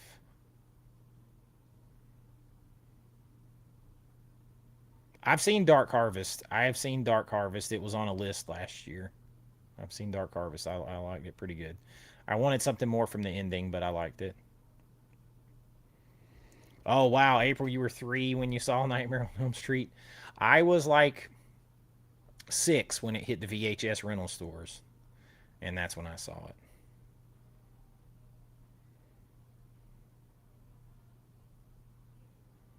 Thank you, Lance. Thank you. Yeah, you'll get there's if you just want more content and hang out with me seeing doing something, I think I have there's 320 videos on American Vintage Adventures. And that's what I mean like when somebody was asking earlier about getting a YouTube channel to where it can support you, like that's 320 videos. And I don't even have 3,000 subscribers over there.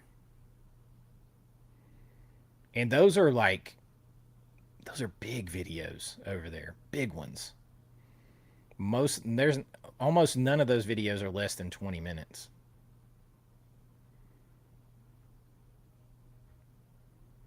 I'm sitting here scrolling through them right now, like, holy crap, that's a lot of videos. There's actually a couple videos over there where I went through Halloween stores too.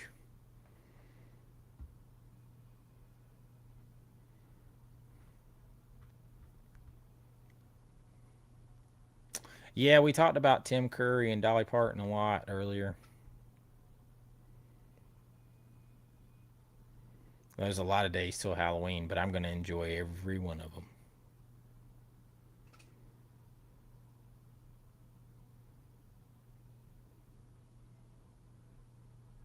I don't have any laser discs, but only I love the artwork on laser discs though. Like I've almost wanted to just get them because of the art.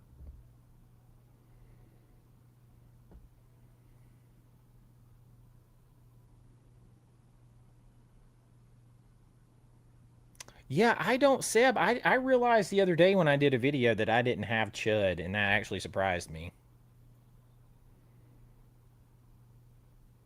I think Alexander Skarsgård could play Freddy Krueger, Becca. I don't know if you were in here. My off the board pick was Michael Rosenbaum from Smallville because he could be funny and then turn super evil villain.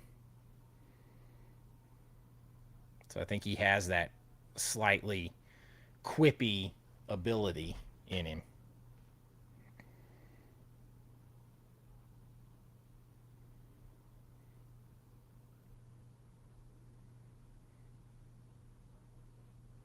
Demons in 35 millimeter. That's awesome.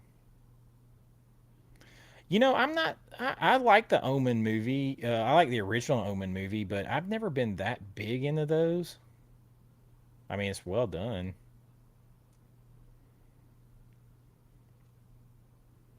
Phantasm movies I like if you just accept the fact that it's like watching nightmare horror dream logic.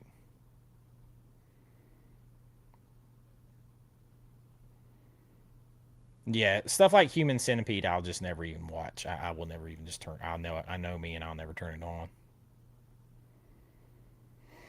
Introducing your 11-year-old to Creep Show on Friday night. Love your channel, bro. Thank you. That ought to be fun. That ought to be fun. My son watched Tim Curry's It from 1990 when he was 8. That was the first movie he watched. Or 9.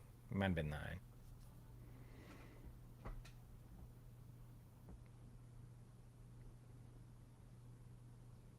Prince of Darkness is the best Carpenter movie ever made. Ooh, I don't know if I can go that far.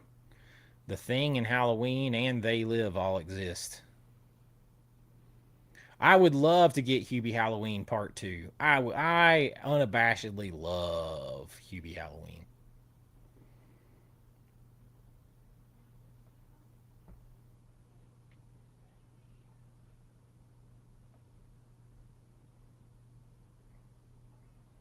I said I was going to see I did a review on the Odyssey. I had to see the Odyssey to do a review.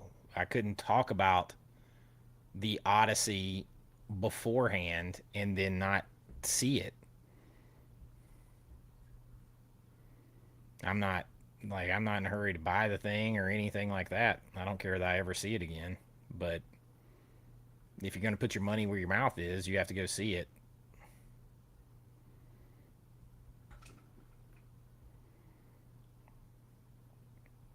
$10 super chat from Fred. Hey, from Jersey.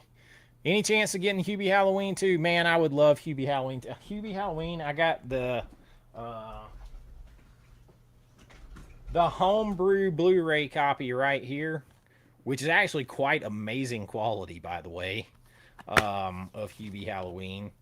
And I love this movie. It's a comfort movie. It will probably play as I go to sleep 2 dozen times between now and Halloween.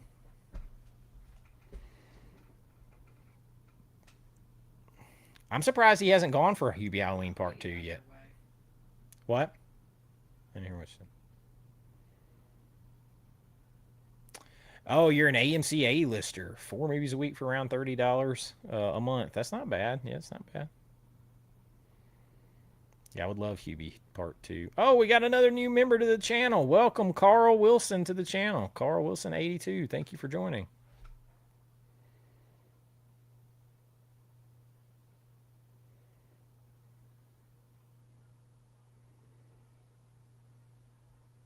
Well, look who is here.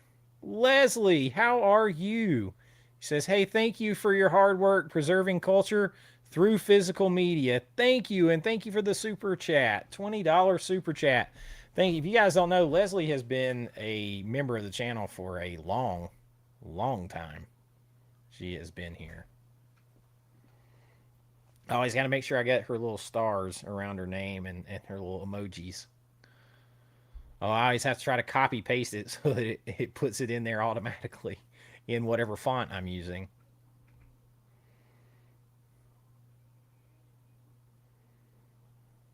Thank you so much for that. Oh, Zenobia. Hubie Halloween is a blast. It's ridiculous now. It's stupid, but it has all of the Halloween feels, the vibes, tons of 80s, 90s Halloween nostalgia. I mean, the nostalgia is just dripping off of this movie, just dripping. And lots of nods to horror and Halloween tropes and stuff. Uh, love this movie. Ridiculous movie, but I love it.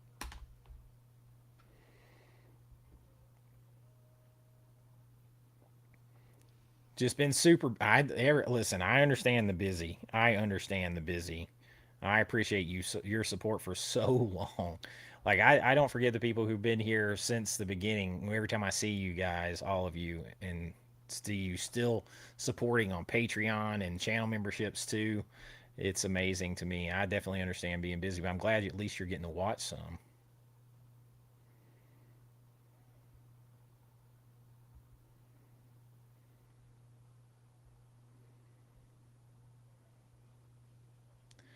Curious what your lowest budget and highest budget features were and how much you had to work with. I usually don't tell that publicly because I want people to assess the movie first. I will tell you this: if you go read reviews from general people that have seen the movies on IMDb, you can tell that they think I had exponentially more money than I had. Um, so they're grading me against big studio horror movies. They're comparing things in my movies to big studio horror films.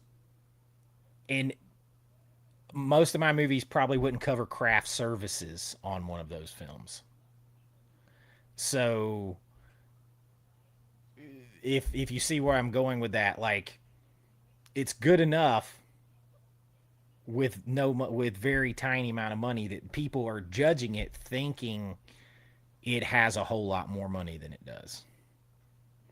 Which then I kind of just laugh to myself and take it as a compliment because I'm like, that guy's criticizing me and he thinks I had $20 million to make this movie or $10 million to make this movie or even 5 million. And there's somebody in one of the comments on IMDb on Dark Roads that said, if I had a few $1 million and Bill Moseley, I could make a movie better than this. I'm like, I had Bill Moseley, but I did not have anywhere near a few $1 million.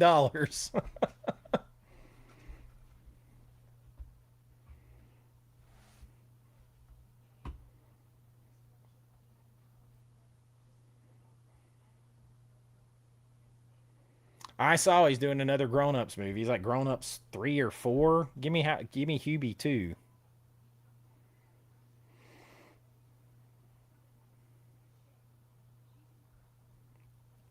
I appreciate that. Binging the channel is the way. Apparently, that really does help. I appreciate that, Irish family.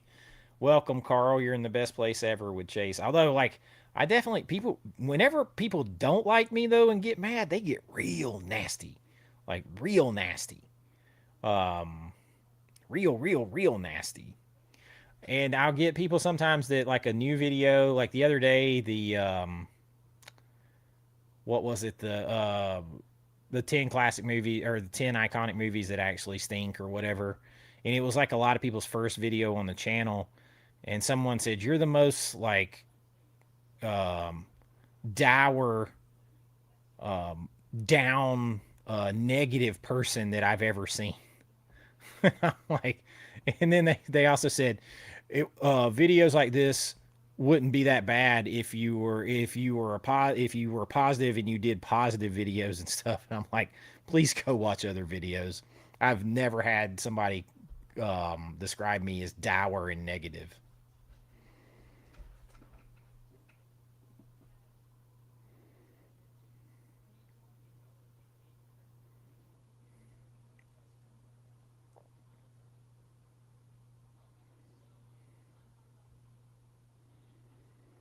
Nora Brienne, how are you? I want to say thank you for all your support on both channels lately in your comments. They've been very, very nice.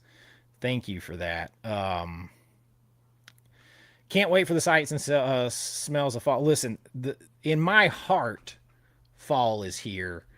Summer can pound sand. I am not a summer guy anymore at all. I've never really been huge into summer.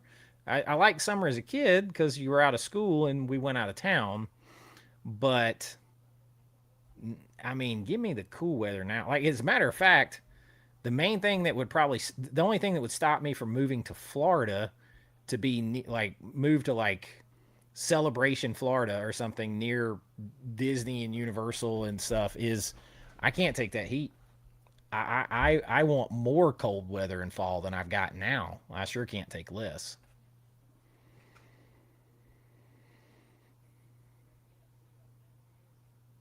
It is kind of a modern Ernest Scared Stupid. That's a good way to say it.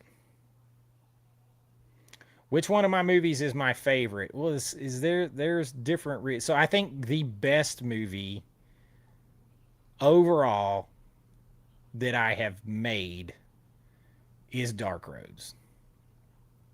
Dark Road 79.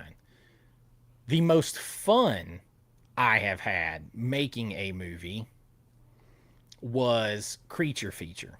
There's no doubt about that one. And then the one that I have a lot of huge memories that means a lot as a milestone is Bring Me a Dream because of Martin Cove being starring in it and Tyler Main being in it and all those kind of things. Um, but I think the best script that I have written is the drama Buried Cane. So there's kind of different answers. And the odd thing about that is I wrote almost that entire script in one night. Um, but yeah, so there's kind of different. Creature Feature is just a blast. Creature Feature is a Halloween, old school feature, monsters, creep show flavor, trick or treat flavor, you know, boobs, blood, monsters, werewolves, scarecrows, all that, Halloween nostalgia is all in that movie. So it's just so much fun. Dark Road 79 is Friday the 13th meets Almost Famous. That is not me. That was a quote from two different places. Actually, yeah, morbidlybeautiful.com, who I actually did write for later on. Morbidly Beautiful and Ain't It Cool News both said that about it. So yeah, different ones for different reasons. But if you want to just have fun, mindless fun, it's probably Creature Feature.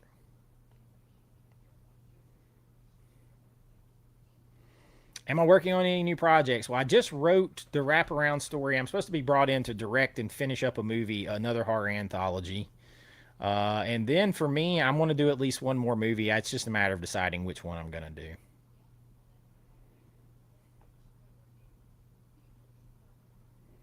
I appreciate that, Terry Film Fan. I appreciate that. All my movies are day one buys. I appreciate that.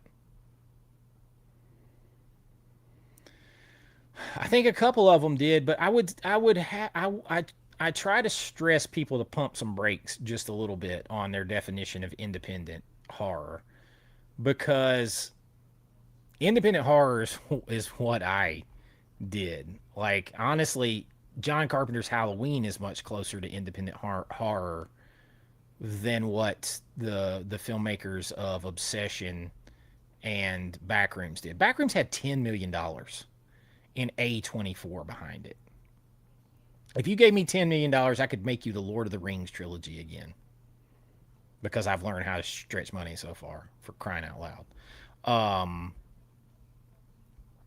so and then Obsession, the guy got money. His dad was a producer, new money, and so they got $750,000. That is more money than I've ever had, by a lot. And then they sold the movie to Blumhouse and Universal to distribute it. A24 distributed Backroom. So these are major studios that are distributing these films. What Markiplier actually did, and I didn't see that movie, but what he actually did was much more truly independent, though he still had a lot more money because he makes like $2 million a month on YouTube. So what he did is much more independent, honestly, than how those two movies got out there. So I try people pump the brakes when true independent horror is like back in the day. You make it for a low budget, you get it out there on video. People have to find it organically. Once you have studio backing and they're pumping it out there, not quite independent anymore, and it's certainly not low budget. But I still am very proud of them all for doing what they did. I live in your office, Leslie. Well, I appreciate you allowing me to be there.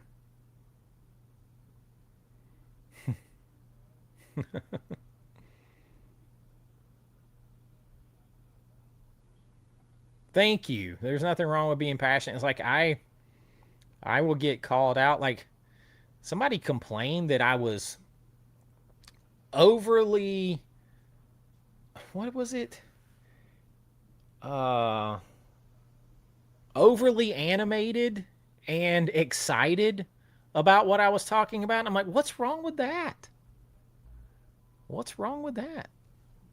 I really don't pay that much attention to hate. It's just every now and then. I'm human. You guys don't see most of the negative stuff, and I never mention it. But every now and then, one will get through, and I'll be like, really? Really?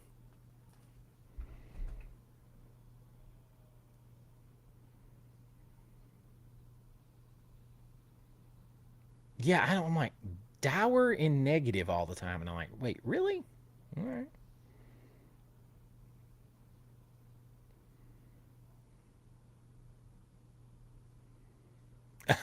Johnny Skinwalker.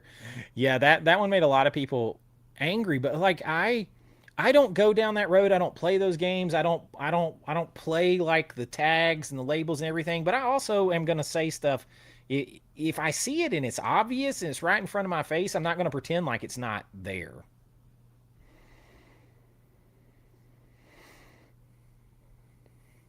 Leslie says Spooky Empire and Halloween Horror Nights. I'm like 10. Oh, you're only like 10 minutes away?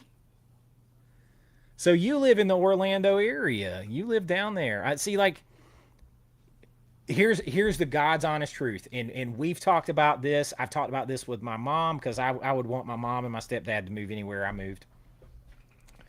If I if I had enough money, if I'm successful enough here, my ultimate goal would not be to have some big house somewhere. It would have to be able to have two places to live. One around Celebration, Florida, and one further into North Georgia, where it's even cooler, or maybe even Tennessee, where it's cooler, where I can enjoy my time around the theme parks and stuff when I want to in Florida and go to the beach, short drive to the beach somewhere when I want that life, because I still do love me some ocean and stuff. Um, and the theme parks. But I also would like to go where I can have my fall and winter and go back and forth. That actually would be my dream to have enough, not to have like these people like, oh, I got successful and I got $1 million house. No, I would rather have like two, you know $500,000 houses, I guess. Like, it just is that as an example, in the two separate places where I can have the two sides of me that I love, two things that I love.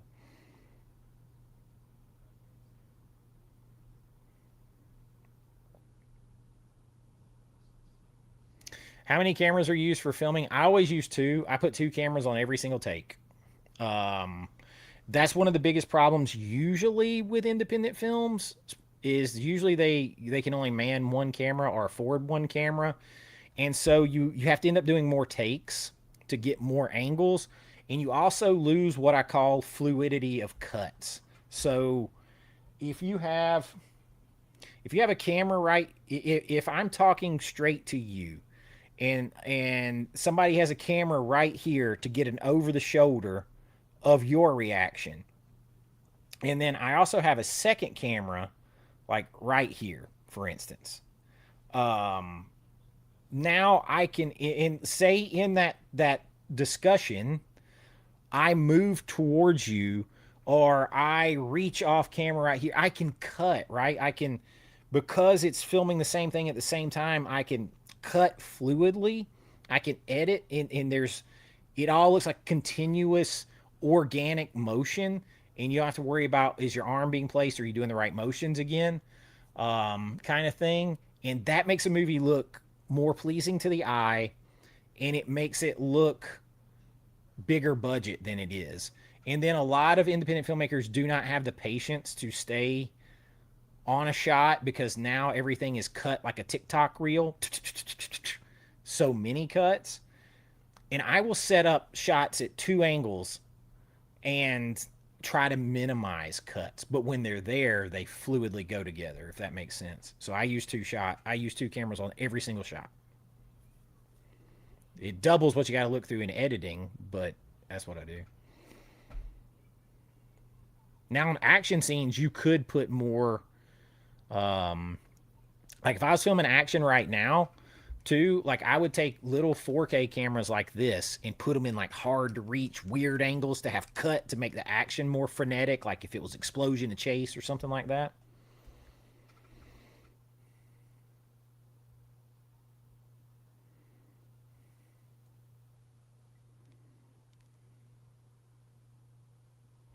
I have never done a movie video on just my movies. I've had a couple of my movies in some videos, but I've never done one on just that. Yeah, we will get back to the Bullets, Blood, and Babes videos.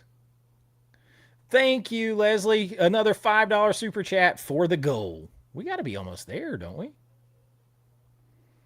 Yes, we hit it with that. Thank you.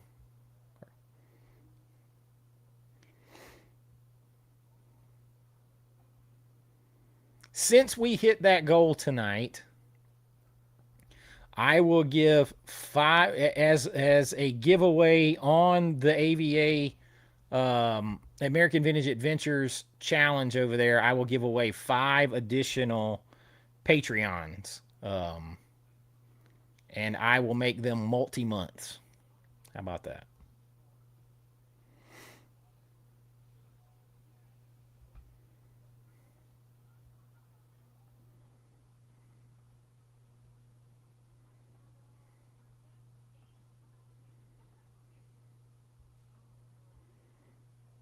Hey, it's Gen X Gen in the house. You got in here just in time.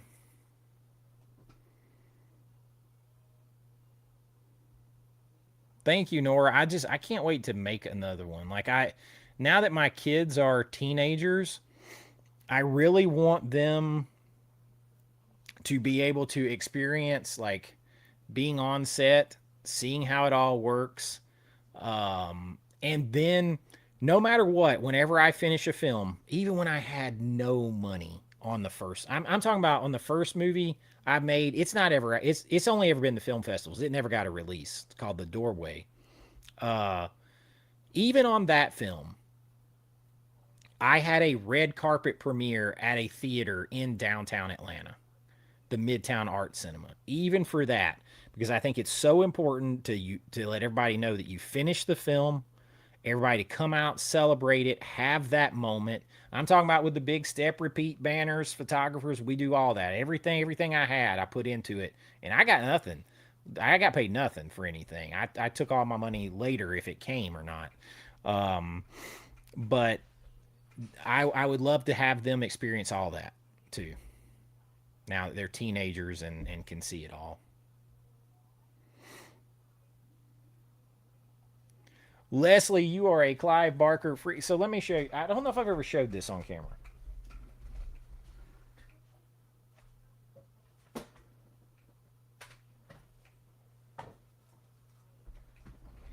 So I showed the other day on a video that when I was speaking on independent horror filmmaking and independent filmmaking in general at Days of the Dead in Atlanta, that Clive Barker was sitting there listening as he was at the event as a guest too. And he gave me this, the box replica. This is like solid wood block replica. He gave me this. I talked to him and he was very cool. But he also drew this and signed it and gave it to me and just told me to keep making movies. And it's like this. I don't know if I can get it close enough without the reflections, but like if you get real close, they're like, it's just like a, it's almost like something out of Hellraiser. It's just a ton of squiggly lines, really, but it makes a this demon face. And of course, he gave it to me. Um, and he had like a bunch of he had these and he had them pre-signed and everything, and then he signed it, and then of course on the inside in here he wrote on the back of it to keep making horror films and stuff. But I don't know if I've ever showed that on camera, but yeah, both of these he gave me after I spoke about horror filmmaking, so I thought that was pretty cool.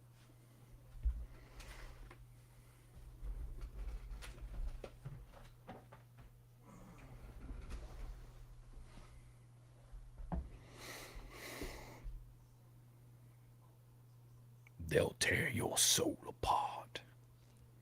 He's all into that pleasure and pain mixed together.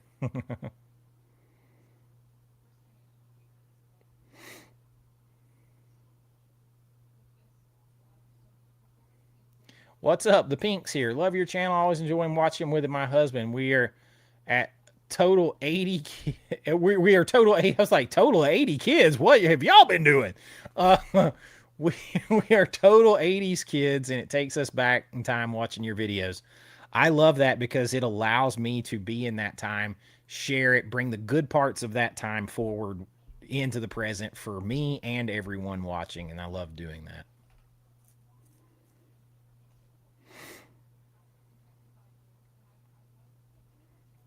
Yeah, that's definitely more like it. Now I know those the guys, the Fuzz on the Lens crew, and Michael Levy, and all those guys that made that. They came and had a movie in my. I used to run. I founded a film festival here in Atlanta called the Hollywood South Film Festival. Um, and they came and they had a movie in it. Oh gosh, I'm trying to remember the name of that movie. But Tom Hanks's brother was in the movie. But I worked with them on Tyler Maine's movie Penance Lane, where I edited and filmed part of that movie, and they filmed it. And Michael Levy is in it, and that whole crew is the ones who filmed Terrifier. They started out with Terrifier had more money than that. It was All Hallows Eve that had like I think he told me like a little like $53,000, like over $50,000, and that's where then they took Art the Clown to Terrifier um, with. So like yeah, there's a bunch of pictures of me with those guys like from when they were here at the film festival when we worked on that other movie, And but yeah, I agree with you. Like it's lower, and that's more in the realm of like, I mean, that's more money than I had for Creature Feature right there. I didn't have that much money for Creature Feature. And if you go watch Creature Feature, you'll say, "How is that possible? One monster had to cost that much."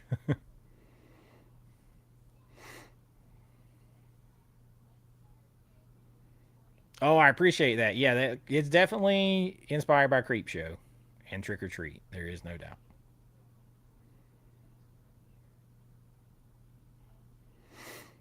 Why is it that most big budget horror movies nowadays just kind of suck or just feel like they're the same topic? Because it's, I go back to this. I think a lot of it is because I know this is gonna sound like a lecture of something else.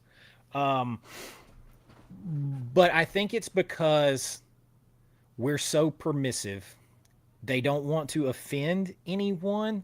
And older horror movies, at their heart, they had they were more morality tales. They had warnings to them. If you did X and Y, if you did X, Y was going to happen as punishment because of you shirked your responsibilities. You had sex before marriage. You didn't take care of the kid you were babysitting. Whatever it was, you were irresponsible. You sinned, for lack of a better word. You did the wrong thing and now you were punished. There was but there was always a balance of good and evil, and it was represented by the monster on one side, and usually the virginal final girl are the good guy over here, and all the other people in the middle were just normal, and you're trying to balance, but it was a back and forth between good and evil. So there was actual conflict. Who was going to win? Why? You understand? Because, like, how many horror movies did you watch from the 80s, 90s, 70s, and you're like, I hope they get killed. They're stupid for doing that. Why did they go and check a noise? Why did they leave that kid alone? All that. Like, they deserve it. Like, you find yourself being like rooting for the bad guy. Like, they're stupid. They deserve to be out of this movie. Um, and it was a give and take. Who was going to make it? Was good going to win? Was bad going to win? All the way through, but there was hope. Now they have to remove that because saying you shouldn't do anything is offensive to people. And they don't want to offend anybody. So you can't say, don't do this, don't do that, don't do this, or the monster's going to get you. They can't do that. And then they don't want to acknowledge, they want to acknowledge like the demon ghost monster side of like the Christian Bible, the Christian text that these monsters come from, hell, all of these things that Satan, all this stuff, these demons that they actually name from the Bible, the actual give them names to them, like in Hereditary and stuff like that. But they don't want to acknowledge the light side of that. So then, if there is no good to balance out the evil in what you're watching, there is no conflict. You're just watching to see how bad it gets. And so then everything just feels the same. Everything looks the same. And if it's not that storyline, then it's how gross out can we make it? How many jump scares can we make in this movie? And then they all look the same from a filmmaking aesthetic because everybody's trying this desaturated, weak color palette, hazed over gray, and everything feels generic and the same. And I know that's a really long answer, but I see it all.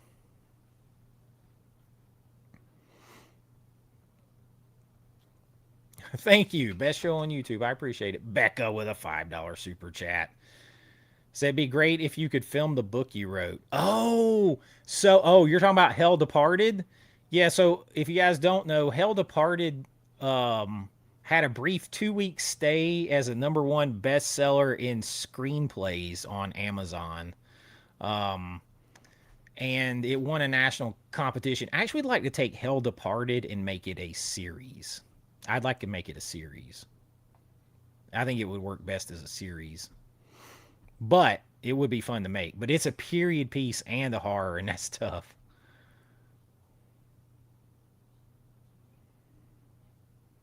Yeah, I don't understand. I don't have a I don't understand people having a problem being excited. Right? Yeah.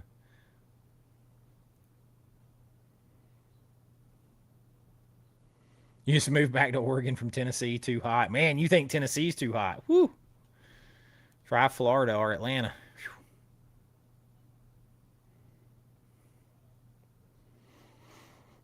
Cody MacArthur, $5 super chat. Thank you. I know I'm so far behind, y'all. Orlando or Vegas. I do love me some Orlando.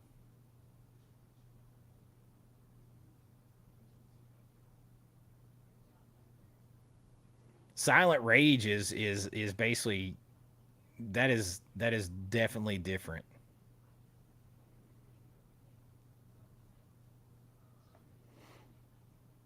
Gold. Yep, I'm behind on the gold.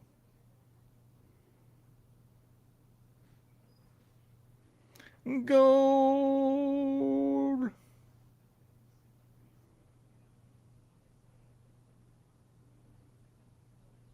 Your late best friend gave you your lament configuration. Yeah, this was thankfully this one can't be I think he said something like that too. He's like, you don't have to worry about accidentally opening this one. It's solid.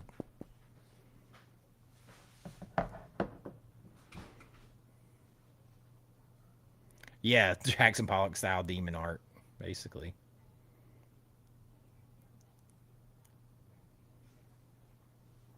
I do try to. I try to connect those 80s dots to now.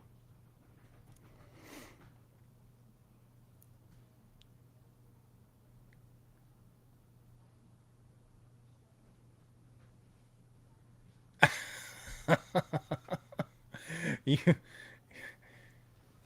what was the sketch? So it was a sketch that you did that he signed or one of his?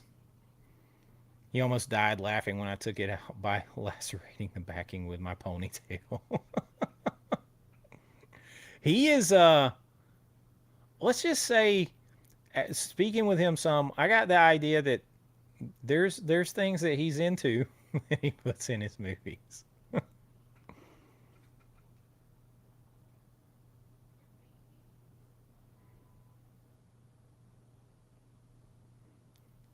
It didn't have any on me. I never got any. I don't know.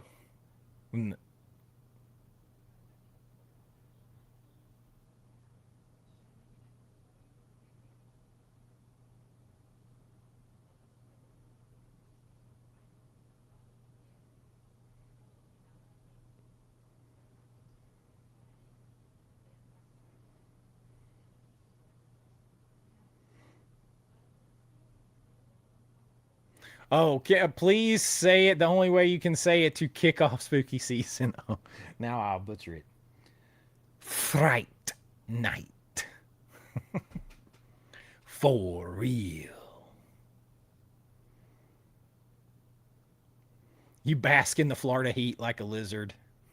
Rich is from South Florida. You know, I did a Simpsons Treehouse of Horror episode ranking not maybe last year. It was either last year or the year before, but I will probably revisit that. I love The Simpsons.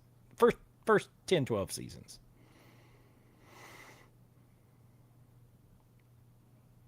Ooh, yeah. You had to unload that? Yeah, it will. My son had 3.5 hour practice out on a football field after lifting weights.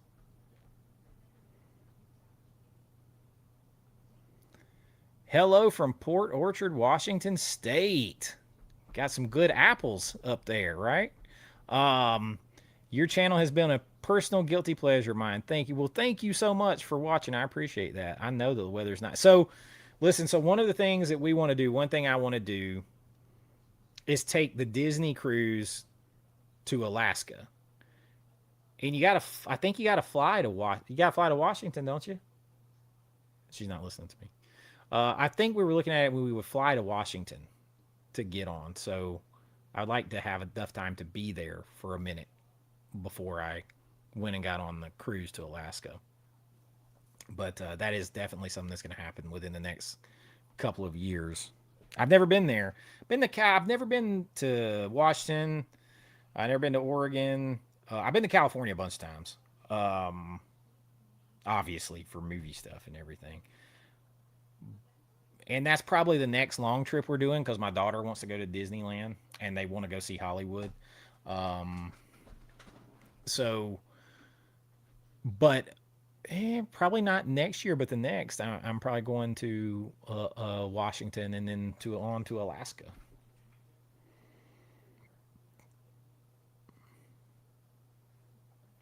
Oh, it was an original of his. Yeah, he's got some talent. He said the thing, Fright Night for real. I love that movie. And I love the fact that it held up so well that it is now my son's favorite. Like, it is his. It is his. He had it. I have to. I have to actually correct this. He had it as his favorite horror movie, maybe that he had ever seen.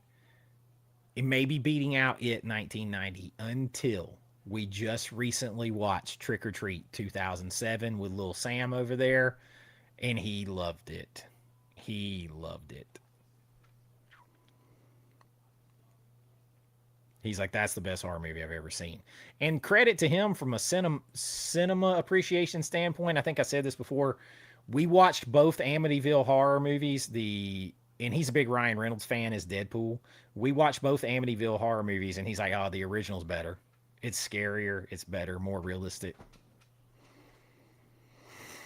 Gen X Gen with a $10 super chat. Would you ever do a video about some awesome 80s and 90s TV shows? Yes, I will. Yes, ma'am, I will. We will be getting in. You might actually see some of that drop. You might see some 80s, 90s TV show stuff sticking in November, December here or there. But there's definitely going to be a lot of that in January and February. But I do have a couple things because I'm trying to. It's going to be like, I would say, if you factor in the 4 to 6 Thanksgiving videos, then after Halloween, November and December will probably be about 80 to 85, probably 80% Christmas and Thanksgiving. And then the rest will be like fall, nostalgia TV, nostalgia movies, lists like that, discussions, stuff that are not like they're not like Christmas, but they also fit, if that makes sense. Like they fit with the feel of that time of year. So you might get some of that there.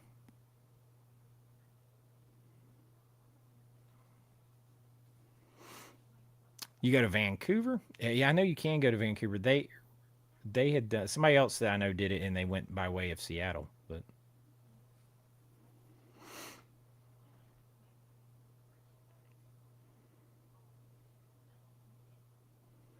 yeah, that it was such a good line. So great. That movie's so much fun.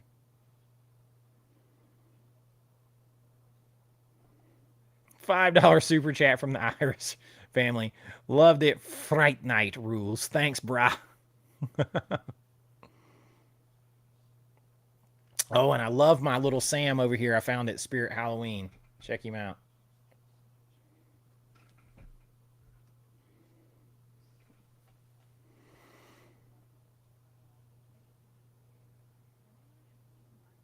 Fright Night versus Lost Boys. Those two feel like genre league of their own. Yeah, like they're so much fun. Those are a great double feature. They're a great double feature. Yeah, Leslie is a she's pretty much earned icon by now. You get to become like once you've been you can't buy there's a pop culture legend status. And if you notice there's a few pop culture legends, you can't it's not a tier on my Patreon membership that you can purchase. If you've been an icon for a certain amount of time, you become a legend. And it's not a perk that can be purchased. So we have some legends. You can also, I'm toying with the idea of allowing some to earn icon status.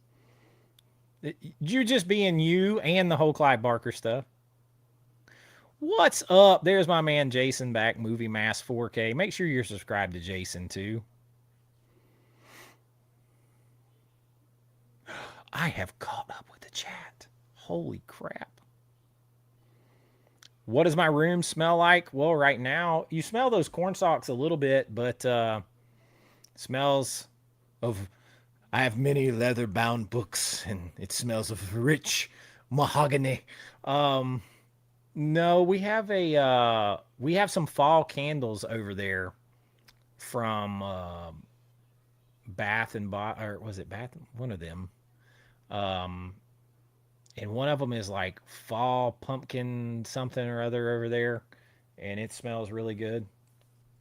And then you can smell the wood and the leather in here, and you probably smell like my and it's like it's a combination of the the smell of the corn stalks, the smell of the paper from movie box sets, wood and leather seating, and the fall candle, and my cologne and shaving cream.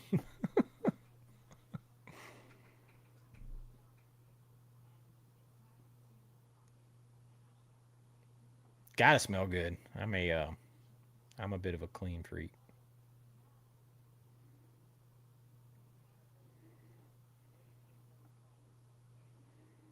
You watched the first episode of Buffy last night. Love it. Be watching that. So the first like season especially feels like a gritty, like low budget horror movie, and I like that feel. And partly because they shot on 16 millimeter film, and then they edited on VHS tape, and that continued on into a certain spot in the season two, and then they finally got 35 millimeter film. Um,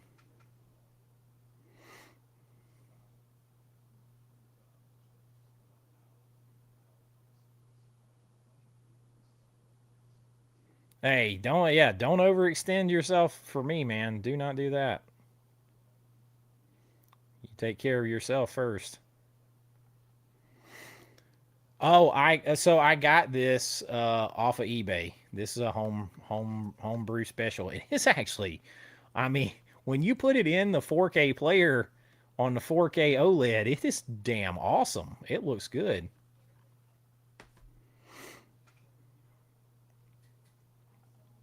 Stings the nostrils. I'm gonna probably have watching this movie night. Although I have been really enjoying Ted Lasso, and I will. I've seen Ted Lasso before, but I was watching that show. I don't know how many of you have seen that. It's not horror, but I kind of feel like him in a way sometimes because people kind of he tries to genuinely be such a good person in that show and stay positive, and the world has gotten so miserable that they reject anybody, and they insult, attack, and mock anybody who tries to be positive. And it's like, man, that that really happens. People really do that. And um I like that. And then of course he's a sneaker guy, Jason Sudeikis in real life. And so I love seeing what shoes he's wearing each show, cuz I listen, we were talking about this. I love shoes. Like I collect movies, and not really much else. And I don't have a shoe problem because I don't have that many shoes. But if I get like I'll get on a warpath, and I love shoes, but I have giant feet. So growing up, I never could find shoes. There was no internet back then to find shoes, and I either have a 14 or a 15, depending on the shoe. And today, because we're going to be walking so much at Halloween Horror Nights, I went and grabbed these today. These are like Nike's version of the Hoka shoes or whatever. And these things are like walking on clouds, man. Um, but yeah, I'm kind of like a sneaker guy. I'm not one of those that like collects and keeps the boxes and all that kind of stuff. But I do love having a bunch of shoes picked from, and hats. That's protect my bald head. But to be honest, I wore hats constantly. You go back and find me a picture of me as a kid without a hat. It's hard to do.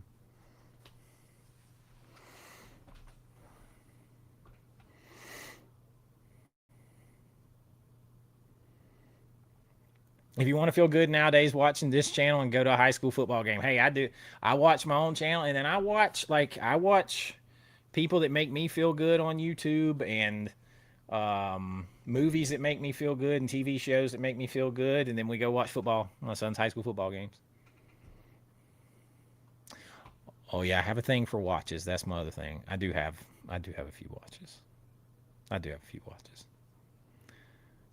Bullovas and Citizens, and I really do want a Rolex. I know it's stupid, but I do.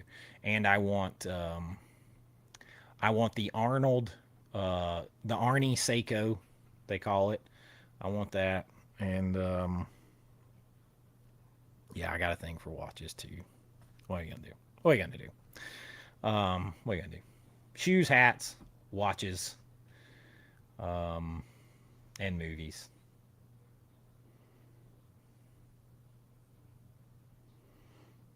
Oh yeah, there is it is a callback to the '80s when we're talking about skin.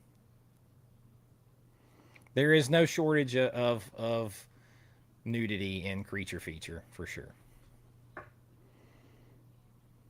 But it all plays a purpose. It does. It does.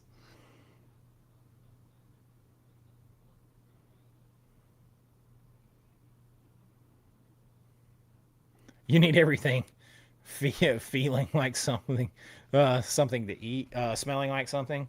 Uh, yeah. So when I lit this candle over here the other day, it made me want to eat like pumpkin pie so bad for the first like 30 minutes that it was burning. This is a bad time of year. I am trying my best to get off like another 15 pounds before Halloween. 10, at least 10.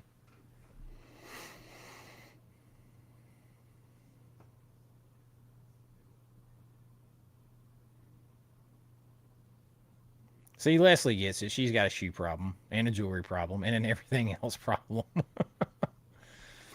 I've got, I've probably got 10 watches, but like, high quality watches. Um, I've got more hats than you can count. And I've got four different pairs of Project Rock shoes. I've got two different pairs of Nike Pegasus 83s, one pair of New Balance, one pair of Nike Cortez, and then this pair I got today. It's not like I don't have that many.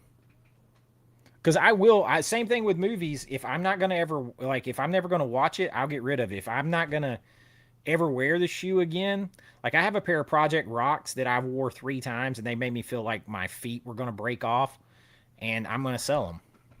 And because I'm not gonna keep them, and I'm never gonna wear them again. I don't collect shoes like that.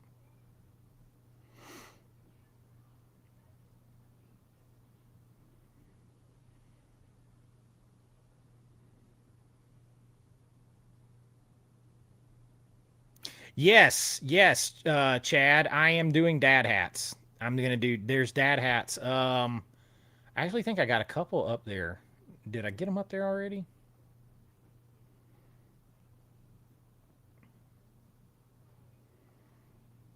So I'm gonna get some different color hats on here too. But like, so this they'll be kind of like this.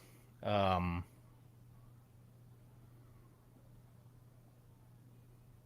these are like dad hats. That's more of what I wear, to be honest with you. Um, but yeah, boom. So I'm actually ordering one of those for myself because I don't like I design it and I pick what I want it on in here, but then they put it on it and handle the transaction and the shipping. So like if it's $23.99, like I only get to fluctuate the prices a little bit. Um and I don't get that all that. Like $23.99 if it sells like I will probably get like $8 of that maybe. 8.50 of that will go to me. Um but they're supplying the hat and they're putting it on there, they're doing the shipping and all that. So maybe it's maybe like 750, 850 will go to me. But yeah, I also will add some other colorways for the hats, for the dad hats, for sure.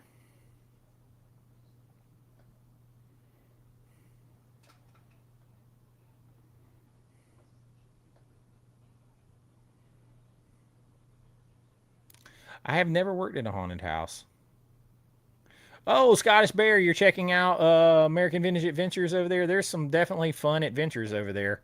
Might I direct you to Halloween Horror Nights videos and the Drinking Around the World um, is pretty fun. Also, our trip out to Disneyland was pretty fun.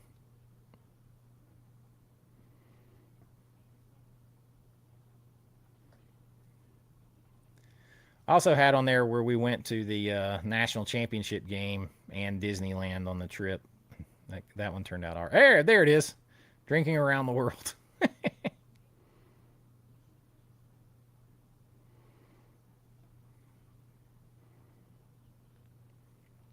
But I would direct you to those and anything Halloween Horror Nights. And I covered stuff in detail, man. I shot and cut in B-roll like I was filming movies.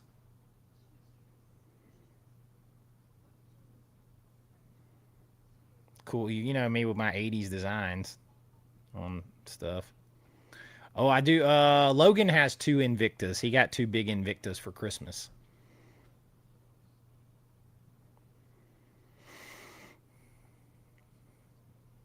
Another $5 super chat from the Irish family. Tess mentioned pumpkin pecan waffles sent from Bath and Body Works. Ooh, I don't think we have that one. I don't know. We got like 30, but I don't think we got that one. Yes, Becca, I have seen Spirit Halloween. Yep.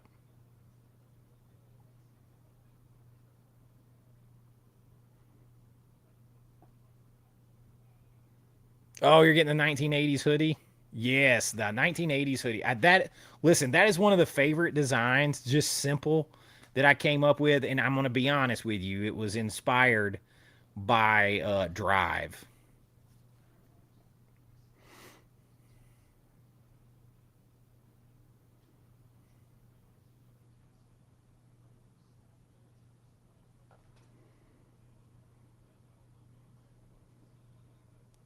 Here's the thing, and people be like, "Oh, you're this or that. How do you support that?" I am not gonna let people take away what things mean to me. I don't have enough time on this planet for that. So the movie means or the theme park means one thing to me. Um and that's what I support is what it means to me. Whatever they're doing, I can't control. I can't control what other people do. It's not for me to judge what they're doing. All I can do is what's in my heart and go and do things, enjoy things, and experience things for my reasons. Now, if my reason says I can't do that, that's fine too. But it's my reasons based on my internal faith, belief, whatever it is. And so, like, just because I don't agree with what the 2 dozen tools at the top of a company are doing doesn't mean I'm going to let it destroy everything it's always meant to me, what it meant to one of my heroes that started the place, or what it means to the thousands of other people that don't necessarily agree that it could hurt by me not going. So like all I can do is go for what's in it for me.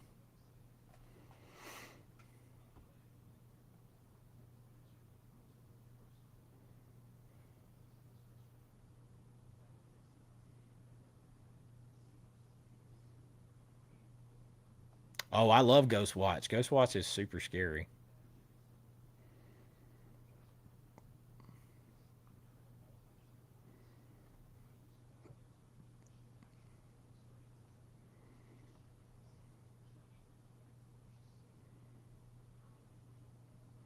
Just watch the opening. Oh my gosh, man. Listen. So here's the thing with AI. Um, the opening part of Creature Feature, where it's a whole animation and there's a whole comic book that opens up and we had to animate it frame by frame. It had to be created frame by frame. This took us weeks to do, just forever to do.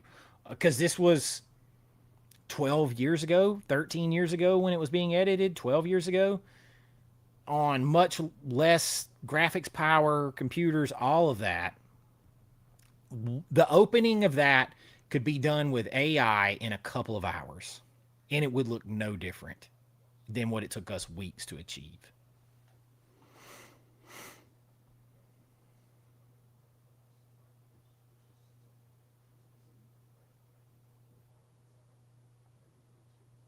I try not to go off on too many tangents, but like, it's I gotta love the things that I gotta love, and I ain't gonna let people ruin them for me. We don't have enough time. We don't have enough time. If I stay healthy, I mean, look, Dolly, that's she's only 34 years older than me. Damn.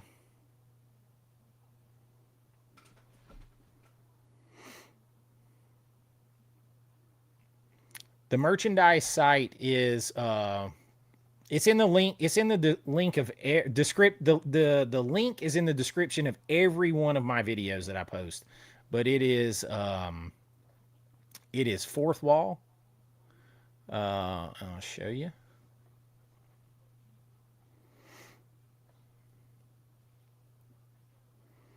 So it is. I will put the link in here.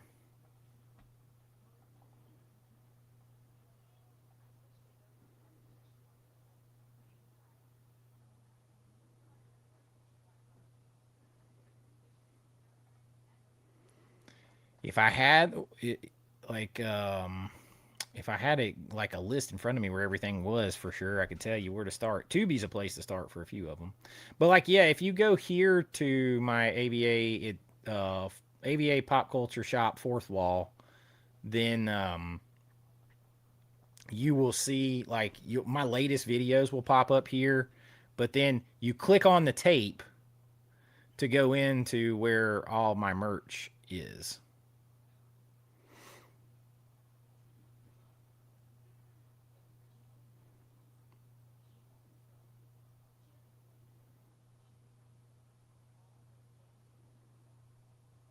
That one is one of my favorite designs, and yes, I was inspired by um, Drive, but that's just very 80s, and I loved it. This is actually a painting that I have. It's a version of a painting, a full painting I have in my house right here. This I did this full painting. The painting I did in my house is a little bit more risque than that.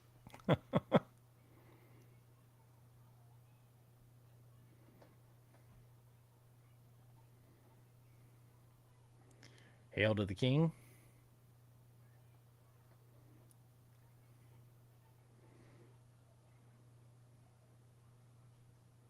This is the design from this actually shirts we wore in the movie Dark Roads.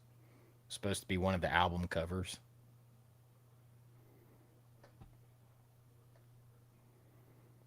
Creature feature.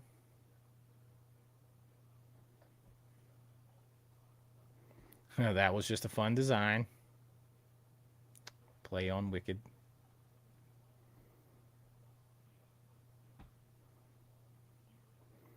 So I have some stuff in there. There is a couple of dad hats with the old logo, but a couple things sold out. But yeah, it's all in there. And I will definitely be adding more. Again, it's just time. I like how this came out. Pretty cool.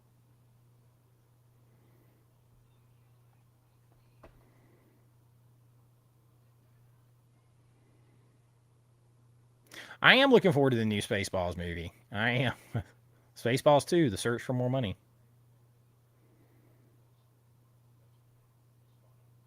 Thank you. Thank you. Tim Curry was such a legend. And you know, one of the simplest moments from one of his movies that it cracks me up the most, that let me get this off here, that I love is where it's in Home Alone 2 and they're talking about how, don't be ridiculous, don't go out there, it's there's all these murderers and killers and you won't last 2 seconds or whatever, and then they're trying to calm her down, and she's like, well, I'm gonna go anyway, my son is out there, and Tim Curry is like, don't be ridiculous, there's murderers and killers and blah blah blah, and you won't last, and she slaps him, and he's like, starts to cry, and he's like, dual coated, it's a little bit cold out, like that. I don't know what it is. That part, I love that part, the way he changed on a dime. Absolutely hilarious.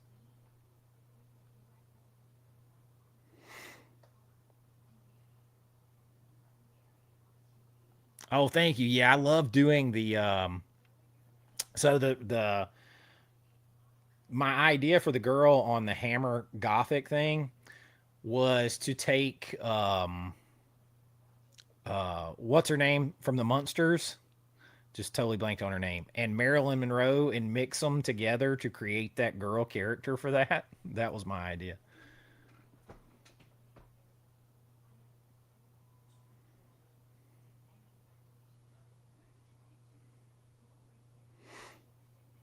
How come nobody remakes old Hollywood films? Because most of us have not seen them before, and they keep remaking films from more recent times. I don't know. Well, I think part of the reason is they're trying to capitalize because the late 70s and particularly the 80s, but then mix in the mid to late 70s and to the mid 90s, had so many legendary, iconic films and pop culture elements that have stood the test of time more than anything else. They keep trying to mine that. And the problem is, though, why those movies worked is they didn't care. They didn't care if they offended, insulted, anything else. They did not care. So when you make them for the modern audience now, and you take it out and you then suddenly make them politically correct, you change their overall message, you put in a message to them that had no message, you change all these things about them, and now what made them so iconic and memorable is gone, and now they flop, and I don't know why they don't understand this.